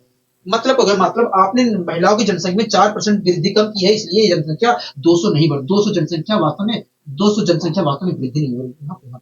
दोस्तों अगर मैं अपने अनुसार देखूं तो जनसंख्या में कुल मिलाकर 300 की वृद्धि हो रही है, जनसंख्या में कुल मिलाकर 300 की वृद्धि हो रही है, लेकिन क्वेश्चन कह रहा है कि 500 की वृद्धि हो रही है, तो आखिर 200 की वृद्धि क्यों नहीं हो रही है? क्योंकि देखिए आपने महिलाओं की जनसंख्या 4% बढ़ाई नहीं है, 9% वृद्धि हो रही है, लेकिन आपने 5% वृद्धि की है, तो इस प्रकार आपने देखा है तो 4% महिलाओं की जनसंख्या बढ़ाई नहीं है, इसलिए 200 की वृद्धि कम हो रही है। अगर आपने 4% महिलाओं की जनसंख्या का 4% और बढ़ाया होता तो ये 200 की वृद्धि हो जाती, नहीं बढ़ा रहे नहीं हो रही है, मतलब 4% बराबर है 200 के, तो हम महिलाओं की जनसंख्या का 4% बराबर है 200 के, तो 1% की वैल्यू कितने की बराबर है? देखिए 1% की वैल्यू निकालने के लिए डिवाइड करना पड़ेगा 4 से, ठीक है तो आएगा 50। तो महिलाओं की जनसंख्या अपने आप में क्या थी? महिलाओं की जनसंख्या अपने आप में 100%। हाँ 1% की वैल्यू क्या है? 50 की है, तो 100% की वैल्यू निकालने के लिए क्या करेंगे? 100% की वैल्यू अगर निकालना है तो आप 100 से मल्टीप्लाई कर दीजिए। हाँ तो मैं यहीं पर 100 से मल्टीप्लाई कर देता हूँ, तो आएगा डबल जीरो लग जाएगा। इस प्रकार महिलाओं की जनसंख्या क्या गई? 5000 आ गई। दोस्तों हमसे पुरुषों की भी जनसंख्या पूछी थी, दोस्तों 6000 कुल शहर की जनसंख्या थी, उसमें से 5000 महिलाएं थी, तो मेल कितने थे? मेल वास्तव में 1000 थे। मेल कितने थे? 1000 थे। कोई दिक्कत की परेशानी को हमें कोई दिक्कत की परेशानी नहीं। ठीक है, यहाँ तक सारी चीजें क्लियर है, हाँ यहाँ तक सारी चीजें क्लियर है। ठीक है, अब दोस्तों ऐसा नहीं है, आप फीमेल को बेस मारकर, फीमेल औरतों को बेस मारकर इस क्वेश्चन को सोल्व किया जा सकता है। ठीक, आइए हम उस तरीके से भी सोल्व करने की कोशिश करते हैं, जिससे हमारे अंदर हमें सारी चीजें अच्छे तरीके से क्लियर हो जाए। ठीक है दोस्तों, एक शहर था जिसकी जनसंख्या 6000 थी। ठीक है, उसमें से कुछ मेल थे और कुछ फीमेल। जब मेल की जनसंख्या में 5% की वृद्धि की गई और फीमेल की जनसंख्या में कुल मिलाकर 9% की वृद्धि की गई, तो जनसंख्या जो है 500 जनसंख्या में कुल मिलाकर 500 की वृद्धि हो गई। हाँ दोस्तों, जब महिलाओं की जनसंख्या में 9% की और पुरुषों की जनसंख्या में 5% की वृद्धि की जाती है, तो जनसंख्या में 500 की वृद्धि होती है। अगर तो महिलाओं की जनसंख्या में 5% की वृद्धि हो रही है और पुरुषों की भी जनसंख्या में 5% की वृद्धि होती है, तो इस प्रकार जनसंख्या में केवल 9% की वृद्धि होती है। मतलब अगर मैं 6000 का 9% निकालता हूँ तो 6 नहीं 54, मतलब 540 की ही वृद्धि होती है। जनसंख्या में कितनी वृद्धि होती है? 540 की वृद्धि होती है। अगर दोस्तों मैं अपने अनुसार देखता हूँ तो जनसंख्या में कुल मिलाकर 540 की वृद्धि हो रही है, लेकिन क्वेश्चन कह रहा है 500 की वृद्धि हो रही है, तो आखिर 40 की वृद्धि अधिक क्यों हो रही है? देखिए पुरुषों की जनसंख्या में 5% वृद्धि करनी थी, आपने कुल मिलाकर पुरुषों की जनसंख्या में 9% की वृद्धि कर दी है, मतलब पुरुषों की जनसंख्या मैंने 4% अधिक बढ़ा दी है। तो वह इसलिए 40 की वृद्धि अधिक हो रही है। अगर आपने पुरुषों की जनसंख्या 4% ना बढ़ाई होती, 4% और अधिक ना की होती, तो ये 40 की जो वृद्धि हो रही है जनसंख्या में जो 40 की वृद्धि हो रही है, ये ना होती। आपने पुरुषों की जनसंख्या का 4% अधिक बढ़ा दिया है, इसलिए 40 जनसंख्या में 40 की वृद्धि और हो गई है। अगर ना बढ़ाया होता ना होती, मतलब पुरुषों की जनसंख्या का 4% बराबर है 40 के। तो 1% की वैल्यू कितने के बराबर होगा? देखिए 1% की अगर वैल्यू निकालना है 4 से डिवाइड करना है तो आएगा 10। हाँ पुरुषों की जनसंख्या अपने आप में क्या होगी? देखिए पुरुषों की जनसंख्या अपने आप में तो 100% होगी। हाँ 1% की वैल्यू कितनी होगी? 1% की वैल्यू 10 की है, तो 100% की वैल्यू कितने के बराबर होगी? देखिए 100% की वैल्यू निकालने के लिए 100 से मल्टीप्लाई करना पड़ेगा, तो मैंने मल्टीप्लाई कर लिया। तो इस प्रकार देखें तो मेल की जनसंख्या कितनी है? 1000 है। ठीक है, एक बात बताइए कुल मिलाकर शहर में कितनी शहर की कुल जनसंख्या कितनी थी? तो देखिए शहर की जनसंख्या कुल मिलाकर 6,000 थी, जिसमें से दोस्तों शहर की जनसंख्या कुल मिलाकर 6,000 थी, जिसमें से 1,000 क्या थे? पुरुष थे। तो महिलाएं कितनी थी? तो महिलाएं वास्तव में 5,000 थी। 5,000 होगी, क्या होगी? 5,000 होगी। हाँ, यहाँ तक सारी चीजें समझ में आ गई है। तो यहाँ तक सारी चीजें समझ में आ गई है। तो यहाँ पर पुरुषों और महिलाओं की दोनों जनसंख्या पूछी गई थी। अगर किसी पर्टिकुलर एक के बारे में पूछा गया होता, जैसे यहाँ पर मेल की पूछी गई होती, तो मैं यहाँ पर फीमेल को बेस मान के करता। अगर फीमेल की पूछी गई होती तो मेल को बेस मान के करता। हम इससे हम क्या करते, बच जाते एक स्टेप जो हम घटाना पड़ता है, हमें वो चीज ना घटाना पड़ता। लेकिन यहाँ पर दोनों पूछा गया था, इसलिए हम यहाँ पर डिसाइड नहीं कर सकते किसे पहले मानना उचित रहेगा, किसे हम किसे किसे बेस मानना उचित रहेगा। हाँ, लेकिन एक है कि आप जो भी गुणा भाग आसान लगे, जो भी जिसे भी बेस मानने पर गुणा भाग आसान लगे, उसे मान के करिए, जिससे आपको आसानी थोड़ा और होगी। ठीक है, यहाँ तक सारी चीजें समझ में आ गई है। हाँ, यहाँ तक सारी चीजें चित्र में समझ में आ गई है। अब आइए दोस्तों हम इसी टाइप के क्वेश्चन को और करने, एक दो क्वेश्चन और करने की कोशिश करते हैं। अगला क्वेश्चन आप देख रहे हैं। हाँ, अगला क्वेश्चन हम देख रहे हैं, क्या कहना चाह रहा है अगला क्वेश्चन होगा। देखिए अगला क्वेश्चन हमसे कह रहा है किसी शहर की जनसंख्या वर्तमान में 5,000 है। कह रहा है किसी शहर की जनसंख्या वर्तमान में 5,000 है। कह रहा है यदि पुरुष की जनसंख्या में 6% तथा महिलाओं की जनसंख्या में 14% की वृद्धि हुई, तो एक साल बाद जनसंख्या शहर की 5,540 हो जाती है। मतलब एक साल बाद जनसंख्या में कुल मिलाकर 540 की वृद्धि होती है। तो जब पुरुषों की जनसंख्या में 4%, 6% और महिलाओं की जनसंख्या में 16%, 14% की वृद्धि हुई, तो एक साल बाद जनसंख्या 5,540 हो गई। पहले 5,000 थी, आज हो गई है 5,540। मतलब जनसंख्या में कुल मिलाकर 540 की वृद्धि हो गई है। कह रहा है पुरुषों की वर्तमान संख्या बताइए। तो यहाँ पर मुझे बेस महिलाओं की जनसंख्या को मान करना चाहिए, जिससे मैं वहां पर घटाने, जो मैं आखिरी में स्टेप में घटाना पड़ता मुझे, वो घटाना ना पड़ेगा। ठीक है, और वैसे भी जो आपको आसान लगे उससे करिए, गुणा भाग जिससे आसान लगे उससे करिए। ठीक है, हमसे क्या कर रहा है? तो देखिए कह रहा है कि एक शहर है जिसकी जनसंख्या कुल मिलाकर 5,000। कह रहा है एक शहर है जिसकी जनसंख्या कुल मिलाकर 5,000। हाँ, ठीक है। तो ये जो शहर है, ये जो शहर है दोस्तों, उसकी जनसंख्या कुल मिलाकर 5,000। और आप चित्र ये जान रहे हैं कि जो 5,000 की जनसंख्या है, इसमें तो कुछ मेल होंगे और कुछ फीमेल होंगे। हम कुछ मेल होंगे, कुछ मेल होंगे और कुछ फीमेल होंगे। हम कुछ मेल होंगे और फीमेल होंगे कुछ। यहाँ तक सारी चीजें समझ में आ रही है। हाँ, ठीक है। जब दोस्तों मेल की जनसंख्या में कुल मिलाकर 6% की वृद्धि, मेल की जनसंख्या में कुल मिलाकर 6% की वृद्धि और फीमेल की जनसंख्या में कुल मिलाकर 14% की वृद्धि की जाती है, तो जनसंख्या जो हो जाती है 5,540 होती है। मतलब जनसंख्या में कुल मिलाकर 540 की वृद्धि होती है। जनसंख्या में कुल मिलाकर 540 की वृद्धि होती है। ठीक है, जनसंख्या में कुल मिलाकर कितने की वृद्धि होती है? 5% की, 540 की वृद्धि होती है। तो जब महिलाओं की, अच्छा ठीक है, तो जब पुरुषों की जनसंख्या में 6% की वृद्धि की जाती है और महिलाओं की जनसंख्या में 14% की वृद्धि की जाती है, तो जनसंख्या में कुल मिलाकर 540 की वृद्धि होती है। ठीक है, अब आइए दोस्तों हम यहाँ पर निकालने की कोशिश करते हैं जो हमसे कहा गया था। ठीक है दोस्तों, अगर दोस्तों महिलाओं की जनसंख्या में 14% की वृद्धि की जा रही है और पुरुषों की भी जनसंख्या में 14% की वृद्धि की जाती है, तो मैं कह सकता था कि जनसंख्या में कुल मिलाकर 14% की वृद्धि होती। तो गया, अगर तब महिलाओं की जनसंख्या में 14% की वृद्धि की जा रही है और पुरुषों की भी जनसंख्या में 14% की ही वृद्धि की जाती, तो जनसंख्या में कुल मिलाकर 14% की वृद्धि होती। हो गया, मतलब अगर मैं इसका 14% निकालता तो कुल मिलाकर 700 की वृद्धि होती। 14 25 70 होता है। अगर मैं इसका 14% निकालता हूँ तो परसेंटेज से डबल जीरो कैंसिल हो जाएगा और 50 की मल्टीप्लाई 14 से करेंगे तो आएगा 70। मतलब कुल मिलाकर जनसंख्या में 70 की वृद्धि होगी। अगर दोस्तों मैं अपने अनुसार देखता हूं तो जनसंख्या में कुल मिलाकर 70 की वृद्धि, 700 की वृद्धि होगी, 700 की वृद्धि होगी। लेकिन क्वेश्चन कह रहा है ये 540 की वृद्धि हो रही है। हाँ, तो आखिर मुझे बताइए 160 की वृद्धि फालतू क्यों हुई है? तो आखिर आप मुझे बताइए 160 की जनसंख्या में 160 की आखिर फालतू वृद्धि क्यों हुई? को बताइए, पुरुषों की जनसंख्या में केवल 6% की वृद्धि हुई थी, लेकिन आपने पुरुषों की जनसंख्या में 8%, तो देखिए पुरुषों की जनसंख्या में 6% की वृद्धि हो रही थी, लेकिन आपने पुरुषों की जनसंख्या 14% बढ़ा दी है, 8% अधिक बढ़ा दी है। तो देखिए आपने कुल मिलाकर, तो देखिए पुरुषों की जनसंख्या में 6% की वृद्धि हो रही थी, लेकिन आपने 14% काउंट कर लिया। मतलब पुरुषों की जनसंख्या 8% मैंने बढ़ा दी है, इसलिए 160। दोस्तों अगर मैं यहाँ पर देखूं तो पुरुषों की जनसंख्या मैंने 8% अधिक बढ़ा दी है, इसलिए जनसंख्या में क्या हो जा रहा है? 160 की अधिक वृद्धि हो जा रहा है। हाँ, अगर दोस्तों मैंने पुरुषों की जनसंख्या का 8% ना बढ़ाया होता तो ये जो 160 की वृद्धि हो रही है जनसंख्या में, और 160 की जो अधिक वृद्धि हो रही है, ये होता तो नहीं हो रहा है। अगर मैंने 8% बढ़ाया है, पुरुषों की जनसंख्या में 8% अधिक वृद्धि कर दी है, तो हो रहा है। अगर ना किया होता तो ना होता। मतलब पुरुषों की जनसंख्या का 8% बराबर है 160 की। तो 1% की वैल्यू कितने के बराबर होगी? तो देखिए 1% की वैल्यू निकालना है तो 8 से डिवाइड करेंगे तो आया 20। हाँ, तो 1% की वैल्यू क्या है? तो पुरुषों की जनसंख्या अपने आप में तो 100% होगी। को गया 1% की वैल्यू 20 के बराबर है, तो 100% की वैल्यू कितने के बराबर होगी? देखिए 100% की वैल्यू निकालना है तो 100 से मल्टीप्लाई करेंगे, तो 100 से मल्टीप्लाई करूंगा तो 2 जीरो लगाऊंगा। तो इस प्रकार देखें तो पुरुषों की जनसंख्या कितनी थी? 2000। अब तो दोस्तों आप खुद देख रहे हैं कि यहाँ पर मुझे घटाना ना पड़ा। अगर मैं यहाँ पर मेल को बेस मान के करता तो मुझे फीमेल की जनसंख्या मिलती, और फीमेल की जनसंख्या पता होने के बाद तब कहीं मेल की जनसंख्या निकाल सकता था। हाँ, कोई दिक्कत की परेशानी तो बनी। अब यहाँ से फीमेल की जनसंख्या भी बता सकते हैं कि ये 5000 कुल जनसंख्या थी, 2000 जिसमें से पुरुष थे, तो महिलाएं कुल मिलाकर 3000 रही होंगी। हाँ, ठीक है। अब आइए यहाँ पर हम मेल को बेस मान के करने की कोशिश करते हैं। ठीक है, कोई दिक्कत की परेशानी तो नहीं। दोस्तों एक शहर था जिसकी जनसंख्या कुल मिलाकर 5000 है। दोस्तों जब मेल की जनसंख्या में 6% की वृद्धि और फीमेल की जनसंख्या में 14% की वृद्धि की गई, तो जनसंख्या में कुल मिलाकर 540 की वृद्धि हो गई। ठीक है, कोई दिक्कत की परेशानी तो बनी हमें, कोई दिक्कत की परेशानी नहीं। अगर तो मेल की जनसंख्या में 6% की वृद्धि की जा रही है और फीमेल की भी जनसंख्या में 6% की वृद्धि की जाती, तो पूरी जनसंख्या में केवल 6% की वृद्धि होती, तो क्या? अगर मैं 5000 का मैं 6% निकालता हूं तो क्या होगा? देखिए 6% से डबल जीरो कैंसिल हो जाएगा और 550 की मल्टीप्लाई 6 से करेंगे तो आएगा 300। तो इस प्रकार देखा जाए तो 300 की वृद्धि होती। अगर तो मैं अपने अनुसार देखूं तो जनसंख्या में कुल मिलाकर 300 की वृद्धि होती, लेकिन क्वेश्चन कह रहा है ये 540 की वृद्धि हो रही है। तो आप मुझे बताइए आखिर आखिर आखिर आखिर 240 की वृद्धि कम क्यों हुई है जनसंख्या में? आखिर 240 की वृद्धि कम क्यों हुई है?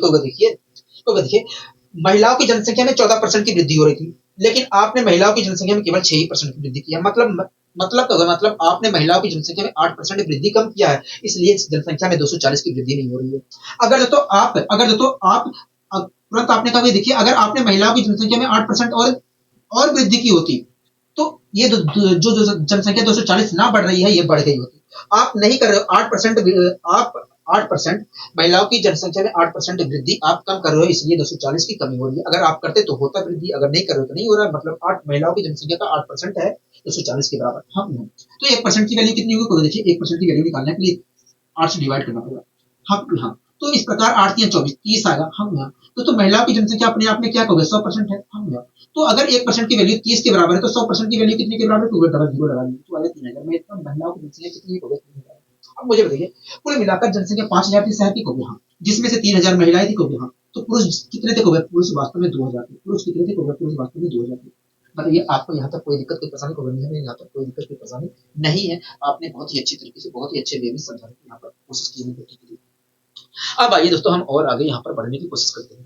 दोस्तों इस क्वेश्चन को भी आप हाथों हाथ देख लीजिए, क्या कहना चाह रहा है ये क्वेश्चन को? देखिए हमसे ये क्वेश्चन कह रहा है कि किसी गांव की जनसंख्या 9600 है। हाँ, दोस्तों एक गांव है और उसकी जनसंख्या 9600 है। कह रहा है यदि पुरुषों की जनसंख्या में 8% तथा महिलाओं की जनसंख्या में 5% की वृद्धि हो, तब एक वर्ष बाद जनसंख्या 10,272 हो जाती है। दोस्तों पहले जनसंख्या थी 9600, आज एक साल बाद जनसंख्या हो गई है 10,272 हो गई। मतलब जनसंख्या में कुल मिलाकर 672 की वृद्धि हो गई। दोस्तों जब पुरुषों की जनसंख्या में 8% और महिलाओं की जनसंख्या में 5% की वृद्धि की जाती है, तो जनसंख्या में कुल मिलाकर 672 की वृद्धि होती है एक साल में। हाँ, कह रहा है कि पुरुषों की वर्तमान संख्या क्या होगी? पुरुषों की वर्तमान संख्या क्या होगी? हाँ, ठीक है। तो एक गांव था जिसकी जनसंख्या कुल मिलाकर 9600 थी। तो आपको अच्छी तरीके से पता है कि ये जो जनसंख्या है, गांव की जो जनसंख्या है, इसमें दो ही कैटेगरी होगी, एक मेल की एक फीमेल की। हाँ, एक मेल की होगी एक फीमेल की होगी। कोई दिक्कत की परेशानी तो नहीं है, कोई दिक्कत की परेशानी नहीं है। दोस्तों मेल की जनसंख्या में जब 8% की वृद्धि की जाती है और फीमेल की जनसंख्या में जब 5% की वृद्धि की जाती है, तो जनसंख्या गांव की जो है, गांव की जनसंख्या में कुल मिलाकर 672 की वृद्धि होती है। गांव की जनसंख्या में कुल मिलाकर 672 की वृद्धि होती है। तो जब मेल की जनसंख्या में 5% 8% की वृद्धि की जाती है और फीमेल की जनसंख्या में 5% की वृद्धि की जाती है, तो गांव की जनसंख्या में कुल मिलाकर 672 की वृद्धि की जाती है, हो जाती है। कह रहा है पुरुषों की वर्तमान संख्या बताइए। तो यहाँ पर मुझे फीमेल को बेस मान के करना चाहिए, क्योंकि फीमेल को अगर मैं बेस मानता हूँ तो मेरे लिए आसान होगा। ठीक है, तो आप इसे मान कर लीजिए। अगर आपका मन कर रहा है तो इसे भी मान सकते हैं, कोई दिक्कत कोई परेशानी नहीं। ठीक है दोस्तों, जब फीमेल की जनसंख्या में 5% की वृद्धि की जाती है और मेल की जनसंख्या में 8% की वृद्धि की जाती है, तो गांव की जनसंख्या में 672 की वृद्धि हो जाती है। अगर दोस्तों फीमेल की जनसंख्या में 5% की वृद्धि हो रही है और मेल की भी जनसंख्या में 5% की वृद्धि होती है, तो पूरी जनसंख्या में केवल 5% की वृद्धि होती, तो गया। तो मैं 9600 का 5% निकालता हूँ, तो परसेंटेज से डबल जीरो कैंसिल हो जाएगा को। हाँ, 5 की मल्टीप्लाई 96 में करना पड़ेगा। 5 30 0 3 कैरी 5 ने 45 45 3 45। इस प्रकार देखा तो जनसंख्या में कुल मिलाकर 480 की वृद्धि होती, जनसंख्या में कुल मिलाकर 480 की वृद्धि होती। लेकिन क्वेश्चन कह रहा है कि 672 की वृद्धि हुई है। तो आप मुझे बताइए आखिर आखिर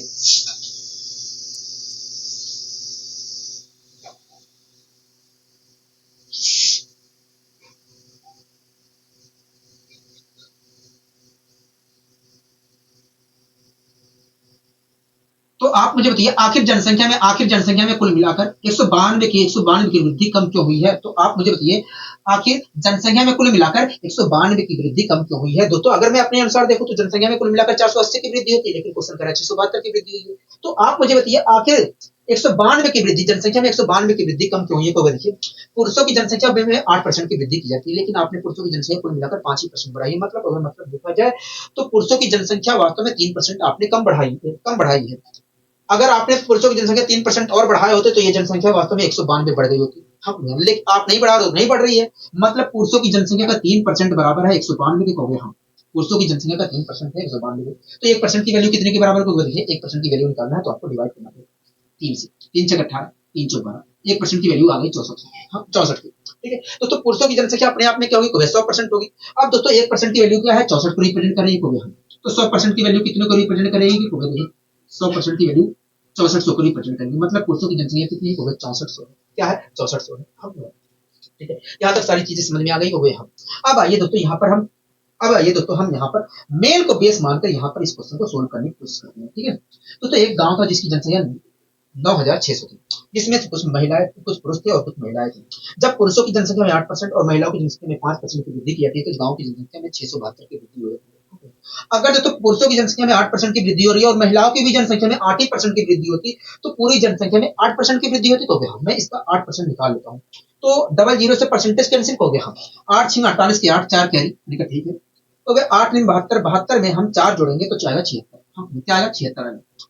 दोस्तों 8 6 48 के 8, हाँ हाँ 4 कैरी, 8 9 72, 72 4 76। तो इस प्रकार देखा है तो अगर अगर महिला पुरुषों की जनसंख्या में 8% और महिलाओं की भी जनसंख्या में 8% वृद्धि की जाए तो पूरी जनसंख्या में 8% की वृद्धि होती। हाँ मतलब कुल मिलाकर 768 की वृद्धि होती। तो अगर मैं अपने अनुसार देखता हूँ तो पूरी जनसंख्या में 768 की वृद्धि हो रही है। तो हाँ लेकिन क्वेश्चन कह रहा है 172 की वृद्धि हो रही है। तो आप मुझे बताइए आखिर आखिर आखिर जनसंख्या में 96 की अधिक वृद्धि क्यों हो रही है? तो आप मुझे बताइए आखिर जनसंख्या में 96 की वृद्धि अधिक क्यों हो रही है? क्योंकि देखिए पुरुष महिलाओं की जनसंख्या में 5% वृद्धि हो रही है और आपने महिलाओं की जनसंख्या में कुल मिलाकर 8% की वृद्धि की है।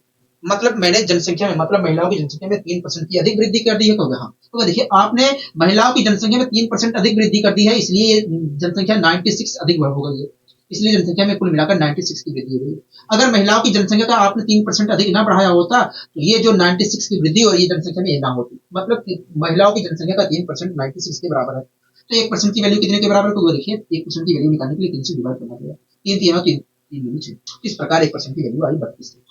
तो महिलाओं की जनसंख्या अपने आप में क्या होगा? 100% है। तो 1% की वैल्यू 32 को रिप्रेजेंट कर रही है तो 100% की वैल्यू कितने को रिप्रेजेंट करेगी? तो 100 से मल्टीप्लाई कर दीजिए तो आया 3200। मतलब महिलाओं की जनसंख्या कितनी हो गई? 3200। तो कुल मिलाकर शहर गांव की आबादी 9600 थी, इसमें से 3200 क्या थी? महिलाएं थी। तो पुरुष कैटेगरी कितनी थी? पुरुष कैटेगरी वाकई में 6400 थी। 6400 थी। डबल जीरो में से डबल जीरो कैंसिल घटाऊंगा तो डबल जीरो आएगा। 6 में से 2 घटाऊंगा तो 4 आएगा। 9 में से 3 घटाऊंगा तो 6 आएगा। तो इस प्रकार महिला पुरुषों की जनसंख्या कितनी थी? 6400। बताइए यहाँ तक कोई दिक्कत, कोई परेशानी? को हमें कोई दिक्कत, कोई परेशानी नहीं है। अब आइए दोस्तों और आगे हम बढ़ने की यहाँ पर कोशिश करते हैं। अब आइए दोस्तों हम और आगे बढ़ने की यहाँ पर कोशिश करते हैं। ठीक है, कोई दिक्कत, कोई परेशानी? को हमें कोई दिक्कत, कोई परेशानी नहीं, हमें कोई दिक्कत, कोई परेशानी नहीं। ठीक है, दोस्तों कह रहा है कि 6000 रुपए में से कह रहा है कि 6000 रुपए में से कुछ राशि को 10% वार्षिक ब्याज पर तथा शेष राशि को 20% वार्षिक ब्याज पर कर्ज पर दिया गया। कह रहा है कि 6000 रुपए में से कुछ राशि 10% वार्षिक ब्याज पर तथा शेष जो राशि बची थी उसे 20% वार्षिक कर्ज पर दिया गया। हाँ, कह रहा है कि 4 वर्ष में दोनों राशियों पर कुल मिलाकर 3400 रुपए का ब्याज प्राप्त हुआ। दोस्तों 4 वर्ष में कुल मिलाकर 3400 रुपए का ब्याज प्राप्त हुआ। मतलब एक साल में, मतलब देखा जाए तो एक साल में कुल मिलाकर 850 का ब्याज प्राप्त हुआ। तो दोनों राशियों पर कुल मिलाकर देखा जाए तो 4 साल में 3400 रुपए का ब्याज प्राप्त हुआ। मतलब एक साल में कुल मिलाकर 850 का ब्याज प्राप्त हुआ। आगे कह रहा है तो ज्ञात करिए 10% वार्षिक ब्याज पर। कह रहा है कि बताइए 10% वार्षिक ब्याज दर पर कितनी राशि दी गई थी? कितनी राशि दी गई थी? ये तो करेगा हो गया। हाँ ठीक है, तो कुल मिलाकर 6000 रुपए थे। तो कुल मिलाकर 6000 रुपए थे। तो कुल मिलाकर 6000 रुपए था और इस रुपए में से कुछ राशि, तो 6000 रुपए कुल था। और इस 6000 रुपए में से कुछ राशि 10% वार्षिक ब्याज पर उधार दी गई और जो शेष राशि बची थी उसे दे दिया गया 20% वार्षिक ब्याज पर उधार। 20% वार्षिक ब्याज पर उधार दिया गया। तो 6000 रुपए की राशि थी, इसमें से कुछ राशि दे दिया गया उधार 10% वार्षिक ब्याज पर और जो राशि बची थी उसे दे दिया गया 20% वार्षिक ब्याज पर उधार। इस प्रकार देखा गया तो एक साल में कुल मिलाकर दोनों राशियों पर 850 रुपए का ब्याज प्राप्त हुआ। 4 साल में 3400 रुपए का ब्याज प्राप्त हो रहा है, मतलब 1 साल में देखा जाए तो दोनों राशियों को कुल मिलाकर 850 का ब्याज प्राप्त हो रहा है। कह रहा है 10% वार्षिक ब्याज पर कितनी राशि दी गई है। तो आप जो 20% वार्षिक ब्याज पर राशि दी गई है, 20% वार्षिक ब्याज पर राशि दी गई है, आप उसे बेस मान के करिए, जिससे आपको डायरेक्ट इसकी वैल्यू मिलेगी।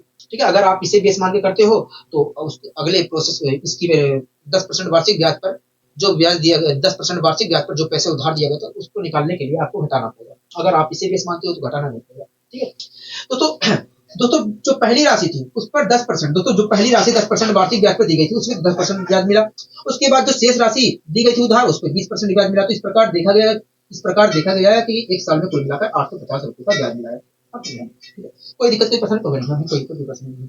अगर दोस्तों 20% राशि पर दोस्तों जो अगर दोस्तों दूसरी राशि पर 20% ब्याज मिल रहा है और पहली राशि पर भी 20% ही ब्याज मिलता है। अगर तो दूसरी राशि उधार दी गई थी, अगर उस पर 20% ब्याज मिल रहा है और जो पहली राशि उधार दी गई है उस पर भी 20% ब्याज मिलता है, तो पूरी राशि पर हमें 20% ब्याज मिलता है, मतलब 6000 रुपए पर कुल मिलाकर 20% ब्याज मिलता है। अगर मैं इसका 20% निकालता हूँ तो क्या होगा, देखिए 20% को देखिए परसेंटेज से डबल जीरो कैंसिल और 60 मल्टीप्लाई 20 से करेंगे तो आएगा 1200। इस प्रकार दोस्तों देखा जाए तो 1200 रुपए का ब्याज प्राप्त होता है।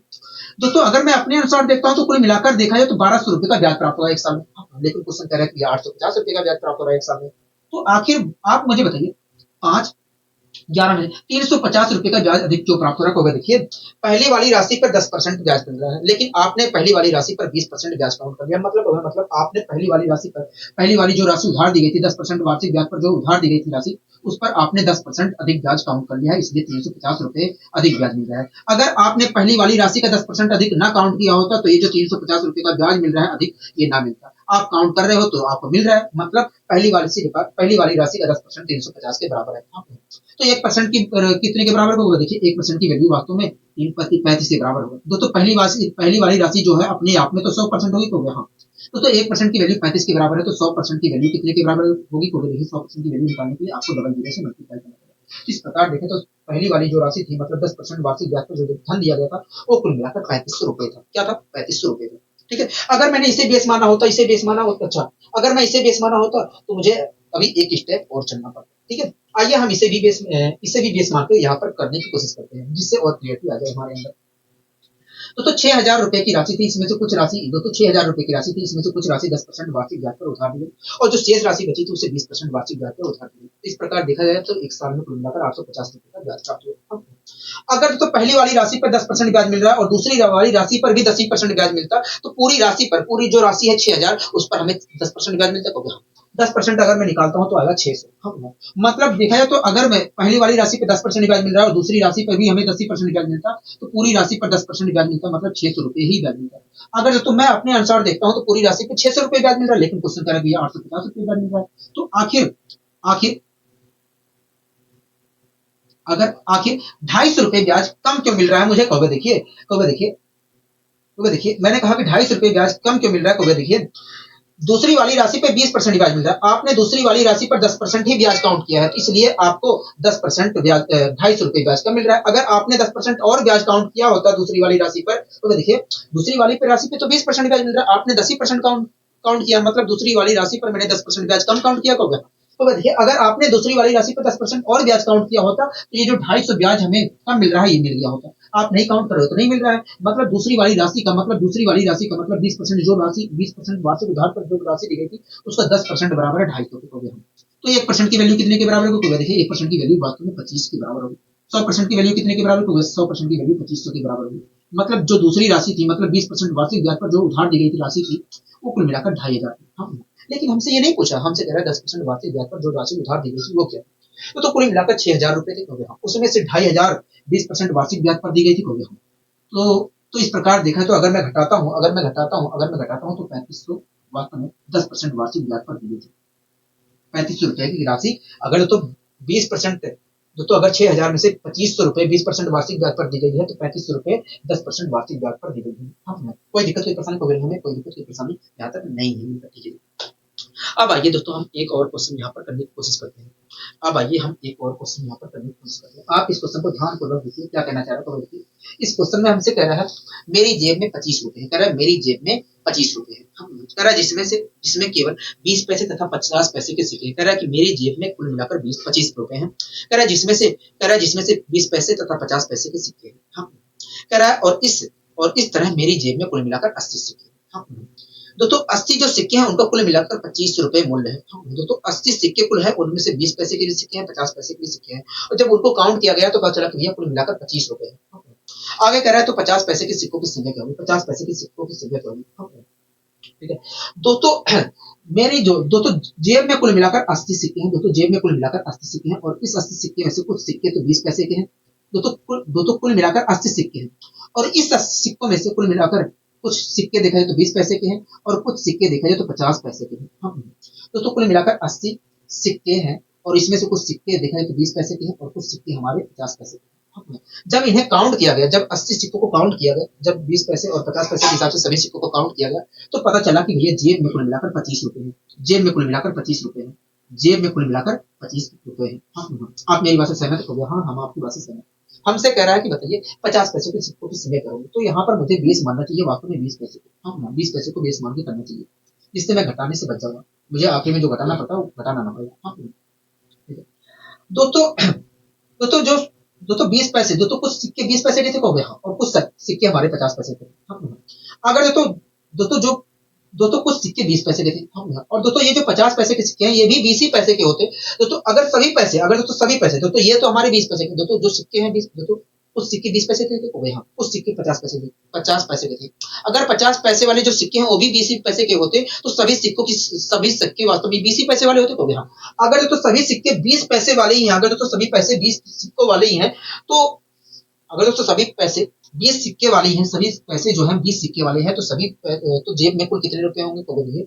अगर सभी सिक्के 20 पैसे वाले हैं तो जेब में कुल मिलाकर कितने रुपए होंगे। मैंने कहा कैसे, आपने बता दिया। तो देखिए एक सिक्के की वैल्यू 20 पैसे है, तो इस प्रकार 80 सिक्के की वैल्यू कितने पैसे होगी। अगर मैं इसे 100 से डिवाइड करता हूँ तो आएगा 16। मतलब देखा जाए तो अगर सभी सिक्कों की संख्या, अगर सभी सिक्के 20 पैसे वाले हैं तो जेब में कुल मिलाकर 16 रुपए होंगे। मेरी जेब में कुल मिलाकर 16 रुपए होंगे। हाँ, दोस्तों अगर मैं अपने अनुसार देखता हूं तो सभी सिक्के 20 पैसे वाले हैं तो जेब में कुल मिलाकर मेरे 16 रुपए होंगे, लेकिन क्वेश्चन कह रहा है 25 रुपए होंगे। तो आखिर 9 रुपए मेरी जेब में कम क्यों है। आखिर मेरे जेब में 9 रुपए आखिर कम क्यों है। देखिए तो वह देखिए 50 पैसे वाली जो सिक्के थी आपने उसे 20 पैसे काउंट किया है। मतलब 50 पैसे वाले जितने सिक्के थे आपने उसे 30 पैसे कम काउंट किया है, इसलिए 9 रुपए कम आ रहे हैं। अगर आपने 30 पैसे अधिक काउंट किया होता तो ये 9 रुपए जो कम आ रहे हैं, ये जो जेब में आपके 9 रुपए कम हो रहे हैं, कम ना हो। हाँ, मैंने कहा कितना मैंने कम काउंट कर लिया। तो देखिए मान लीजिए 50 पैसे की सिक्का एक्स है। ठीक है, देखिए दोस्तों 30 पैसे मैंने अधिक काउंट किए हैं, 30 पैसे मैंने कम काउंट किए हो गया। हाँ, 50 पैसे के जो सिक्के थे उस पे मैंने 30 पैसे कम काउंट किए हैं, इसलिए 9 रुपए वास्तव में मेरी जेब में कम पड़ रहे हैं। ठीक है तो 30 पैसे का मतलब होता है 3/10 रुपए। हाँ, दोस्तों मैंने 50 पैसे के सिक्के पे, दोस्तों 50 पैसे के जो सिक्के थे,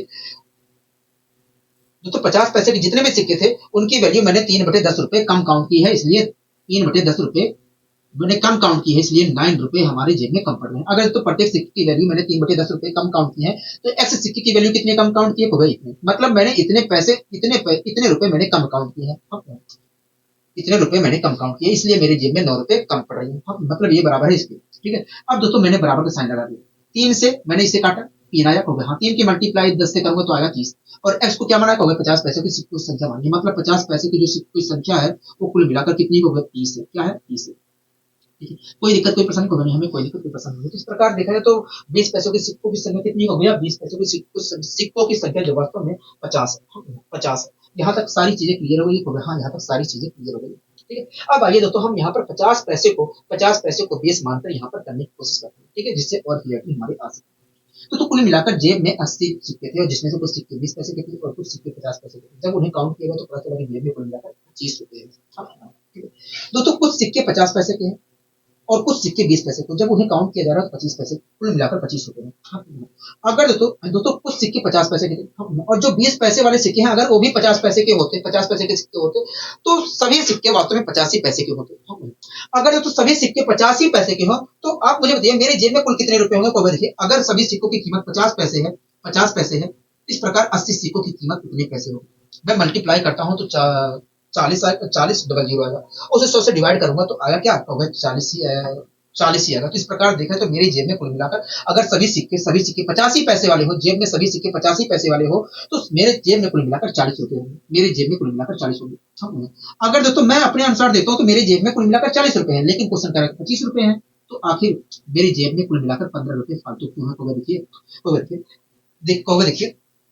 तो देखिए 20 पैसे के जो सिक्के थे आपने उसे 30 पैसा अधिक काउंट कर लिया। तो देखिए 20 पैसे की जो सिक्कों की संख्या थी उसे आपने 30 पैसा प्रत्येक। तो देखिए 20 पैसे के जितने भी सिक्के थे आपकी उनकी आपने उनकी उनमें से प्रत्येक सिक्के की वैल्यू 30 पैसे अधिक काउंट कर लिया है, इसलिए आपकी जेब में 15 रुपए फालतू आ रहे हैं। अगर आपने काउंट ना किया होता तो आप फालतू ना आता 15 रुपए फालतू जेब में। हाँ, मैंने कहा कितना फालतू काउंट कर लिया? तो अगर मान लीजिए 20 पैसों की सिक्के की संख्या कुल मिलाकर एक्स मैंने कहा। हाँ, तो देखिए आपने प्रत्येक सिक्के की वैल्यू 30 पैसे अधिक मान ली है, मतलब 3/10 रुपए कम मान लिया होगा। हाँ, तो देखिए आपने प्रत्येक सिक्के की वैल्यू 3/10 रुपए कम अधिक अधिक मान ली है। तो इस प्रकार देखा जाए तो एक्स सिक्कों की वैल्यू एक मिनट, हाँ, एक्स सिक्कों की वैल्यू वास्तव में इतना। तो देखिए आपने प्रत्येक सिक्कों की वैल्यू 3/10 रुपए अधिक मानी है, तो एक्स सिक्कों के वास्तव में देखा जाए तो इतना मान लिया है अधिक। हाँ, तो इस प्रकार तो देखा जाए तो मैंने इतने रुपए अधिक मान लिए थे, इतने रुपए मैंने अधिक मान लिए थे, इसलिए 15 रुपए मेरे जेब में फालतू आ रहे हैं। हाँ, ठीक है, मतलब ये बराबर है इसके हो गया। हाँ, अब यहाँ से अगर मैं एक्स की वैल्यू निकालता हूँ तो आएगा 50। एक्स को हमने क्या माना? होगा 20 पैसों की सिक्कों की संख्या मानी, मतलब 20 पैसों की सिक्कों की संख्या क्या है? 50 है। ठीक है, तो इस प्रकार 50 पैसों की सिक्कों की संख्या क्या है? देखिए कुल मिलाकर 80 सिक्के थे, इसमें से जिसमें से 20 पैसे के सिक्कों की संख्या कुल मिलाकर 50 थी। तो इस प्रकार देखा जाए तो 50 पैसों की सिक्कों की संख्या कुल मिलाकर 30 थी। क्या थी? 30 थी। यहाँ तक सारी चीजें समझ में आ गई है। हाँ, यहाँ तक सारी चीजें अच्छे तरीके से समझ में आ गई। ठीक है, कोई दिक्कत कोई परेशानी कोई दिक्कत कोई परेशानी नहीं। अब आइए दोस्तों इसे भी कर लेते हैं। ठीक है, इसे भी कर लेते हैं। ठीक है, इसी सेम ही है, कुछ अलग नहीं है। सेम टू सेम ही है, कुछ अलग नहीं। ठीक है, और आगे कल करेंगे। कह रहा है 41 रुपए की धनराशि 50 छात्रों में बांटी गई। कह रहा है 41 रुपए की धनराशि 50 छात्रों में बांटी गई। कह रहा है कि यदि प्रत्येक लड़की को 90 पैसे तथा प्रत्येक लड़की को 65 पैसे मिले तो बताइए लड़कों की कुल संख्या क्या थी? हम दोस्तों कुल मिलाकर 50 छात्र थे और उसमें से प्रत्येक लड़की को 90 पैसे दिए गए और प्रत्येक लड़की को 65 पैसे दिए गए। और जब देखा गया कि कुल मिलाकर सभी छात्रों को 41 रुपए की धनराशि बांटी गई है। हाँ कि ना? हो गया। कह रहा है कुल लड़कों की संख्या बताइए, कुल लड़कों की संख्या बताइए। ठीक है, तो कुल मिलाकर 50 छात्र थे। दोस्तों कुल मिलाकर 50 छात्र थे और इन छात्रों में से कुछ तो बॉय रहे होंगे, कुछ तो लड़के रहे होंगे, हो गया। तो कुछ लड़कियां रही होंगी। तो कुल मिलाकर 50 छात्र थे जिसमें से कुछ तो लड़के रहे होंगे, हो गया, और कुछ लड़कियां रही होंगी। जो लड़के थे तो लड़कों में से प्रत्येक लड़कों को 90 पैसे दिए गए। हाँ, और लड़कियों में से प्रत्येक लड़की को 65 पैसे दिए गए। 65 पैसे दिए गए। हाँ, तो इस प्रकार देखा गया तो कुल मिलाकर सभी छात्रों के बीच में 41 रुपए वितरित किए गए। इस प्रकार देखा गया तो सभी छात्रों के बीच में कुल मिलाकर 41 रुपए वितरित किए गए। हाँ, हमसे पूछ रहा है तो बताइए लड़कों की संख्या क्या होगी? लड़कों की संख्या क्या होगी? यहाँ पर दोस्तों मुझे लड़कों की संख्या पूछ रहा है तो मुझे गर्ल को यहाँ पर बेस मान के करना चाहिए, लेकिन मेरे लिए फायदेमंद होगा मैं बॉय को यहाँ पर बेस मान के करूँ, क्योंकि बॉय को अगर मैं बेस मान के करता हूँ तो मेरे गुणा भाग में आसानी होगी, मुझे गुणा भाग में फायदा मिलेगा। इसलिए यहाँ पर मैं बेस को बॉय को बेस मान के करूंगा। ठीक है, ऐसा नहीं है आप इसे बेस मान के नहीं कर सकते हो, लेकिन जितना फायदेमंद ये है उतना फायदेमंद ये नहीं है। ठीक है, आइए करने की कोशिश करते हैं। तो जब प्रत्येक बॉय को 90 पैसे दिए गए और दोस्तों प्रत्येक बॉय को 90 पैसे दिया जाता है और प्रत्येक गर्ल को कुल मिलाकर 65 पैसे दिया जाता है, तो इस प्रकार देखा गया दोस्तों 50 छात्रों में से जब 250 छात्र थे और उसमें से कुछ बॉय थे कुछ गर्ल थे, जब उनमें से प्रत्येक लड़के को 90 पैसे और प्रत्येक लड़के को 65 पैसे दिए गए, तो इस प्रकार देखा गया कि सभी छात्रों को कुल मिलाकर 41 रुपए वितरित किए गए। अगर जो तो प्रत्येक लड़के को 90 पैसे दिए जा रहे हैं और प्रत्येक लड़की को भी 90 पैसे दिए जाते हैं, तो बताइए कुल छात्रों को कुल कितने रुपए दिए जाते हैं? प्रत्येक छात्रों को देखिए, अगर प्रत्येक लड़के को कुल मिलाकर 90 पैसे दिए जा रहे हैं और प्रत्येक लड़की को भी अगर 90 पैसे दिए जाते हैं, तो हम कह सकते थे कि ये सभी छात्रों को 90 पैसे दिए गए हैं। तो अगर तो सभी छात्रों को 90 पैसे दिए गए हैं तो कुल कितने रुपए दिए गए हैं? देखिए प्रत्येक छात्र को 90 पैसे दिए गए हैं, तो 50 छात्रों को कुल मिलाकर 50 × 90 पैसे दिए गए हैं, और मैं डबल जीरो खत्म कर देता हूँ तो आएगा 45। मतलब देखा जाए तो सभी छात्रों को बीच में कुल मिलाकर 45 रुपए वितरित किए गए हैं। हाँ, अगर तो प्रत्येक छात्र को कुल मिलाकर 90 पैसे दिए जाए तो कुल मिलाकर देखा जाए तो सभी छात्रों को 45 रुपए वितरित किए गए हैं। हाँ, लेकिन क्वेश्चन दोस्तों हमारे अनुसार तो 45 रुपए वितरित किए गए हैं को, लेकिन क्वेश्चन कह रहा है कि 41 रुपए वितरित किए गए हैं। तो आप मुझे बताइए 4 रुपए अधिक वितरित क्यों किए गए हैं, 4 रुपए अधिक वितरित क्यों किए गए हैं, एक मिनट रुकिए। तो आप मुझे बताइए 4 रुपए अधिक वितरित क्यों किए गए। दोस्तों अगर मैं अपने अनुसार देखता हूँ तो 45 रुपए वितरित किए गए हैं सभी छात्रों छात्रों के बीच में, लेकिन क्वेश्चन कह रहा है कि 42 रुपए वितरित किए गए हैं। तो आप मुझे बताइए चार चार क्या है 4 रुपए अधिक वितरित क्यों किए गए, क्योंकि देखिए लड़की को देखिए प्रत्येक लड़की को 65 पैसे में दिए गए थे, लेकिन आपने प्रत्येक लड़की को 25 पैसे अधिक दे दिए हैं। तो देखिए प्रत्येक लड़की को 65 पैसे दिए जा रहे थे, लेकिन आपने प्रत्येक लड़की को 90 पैसे दे दिए हैं, मतलब प्रत्येक लड़की को आपने 25 पैसे अधिक दे दिए हैं। हाँ, मतलब 25 पैसे का मतलब होता है 1/4 रुपए। हाँ, तो आपने कहा कि देखिए प्रत्येक लड़की को आपने 1/4 रुपए अधिक दे दिए हैं, इसलिए 4 रुपए अधिक वितरित किए जा रहे हैं। हाँ, अगर आपने ना दिया होते तो 4 रुपए अधिक वितरित ना किया गया होते, तो मैंने कहा कितने रुपए मैंने अधिक दे दिए हैं। तो देखिए मान लीजिए लड़कियों की संख्या एक्स है, मैंने कहा तो देखिए आपने प्रत्येक लड़की को 1/4 रुपए अधिक दिए हैं, इस प्रकार एक्स लड़कियों को कुल मिलाकर इतने रुपए अधिक दिए हैं। तो भाई आपने कुल मिलाकर इतने रुपए अधिक दिए हैं, लेकिन मैं यहाँ पर देख रहा हूँ कि भैया कुल मिलाकर 4 रुपए अधिक दिए गए हैं, मतलब ये बराबर इसके हो गया। तो अगर मैं एक्स की वैल्यू निकालता हूँ तो आएगा एक्स की वैल्यू 16, और हमने एक्स क्या बनाया, तो लड़कियों की संख्या मानी, मतलब लड़कियों की कुल संख्या कितनी है, तो 16।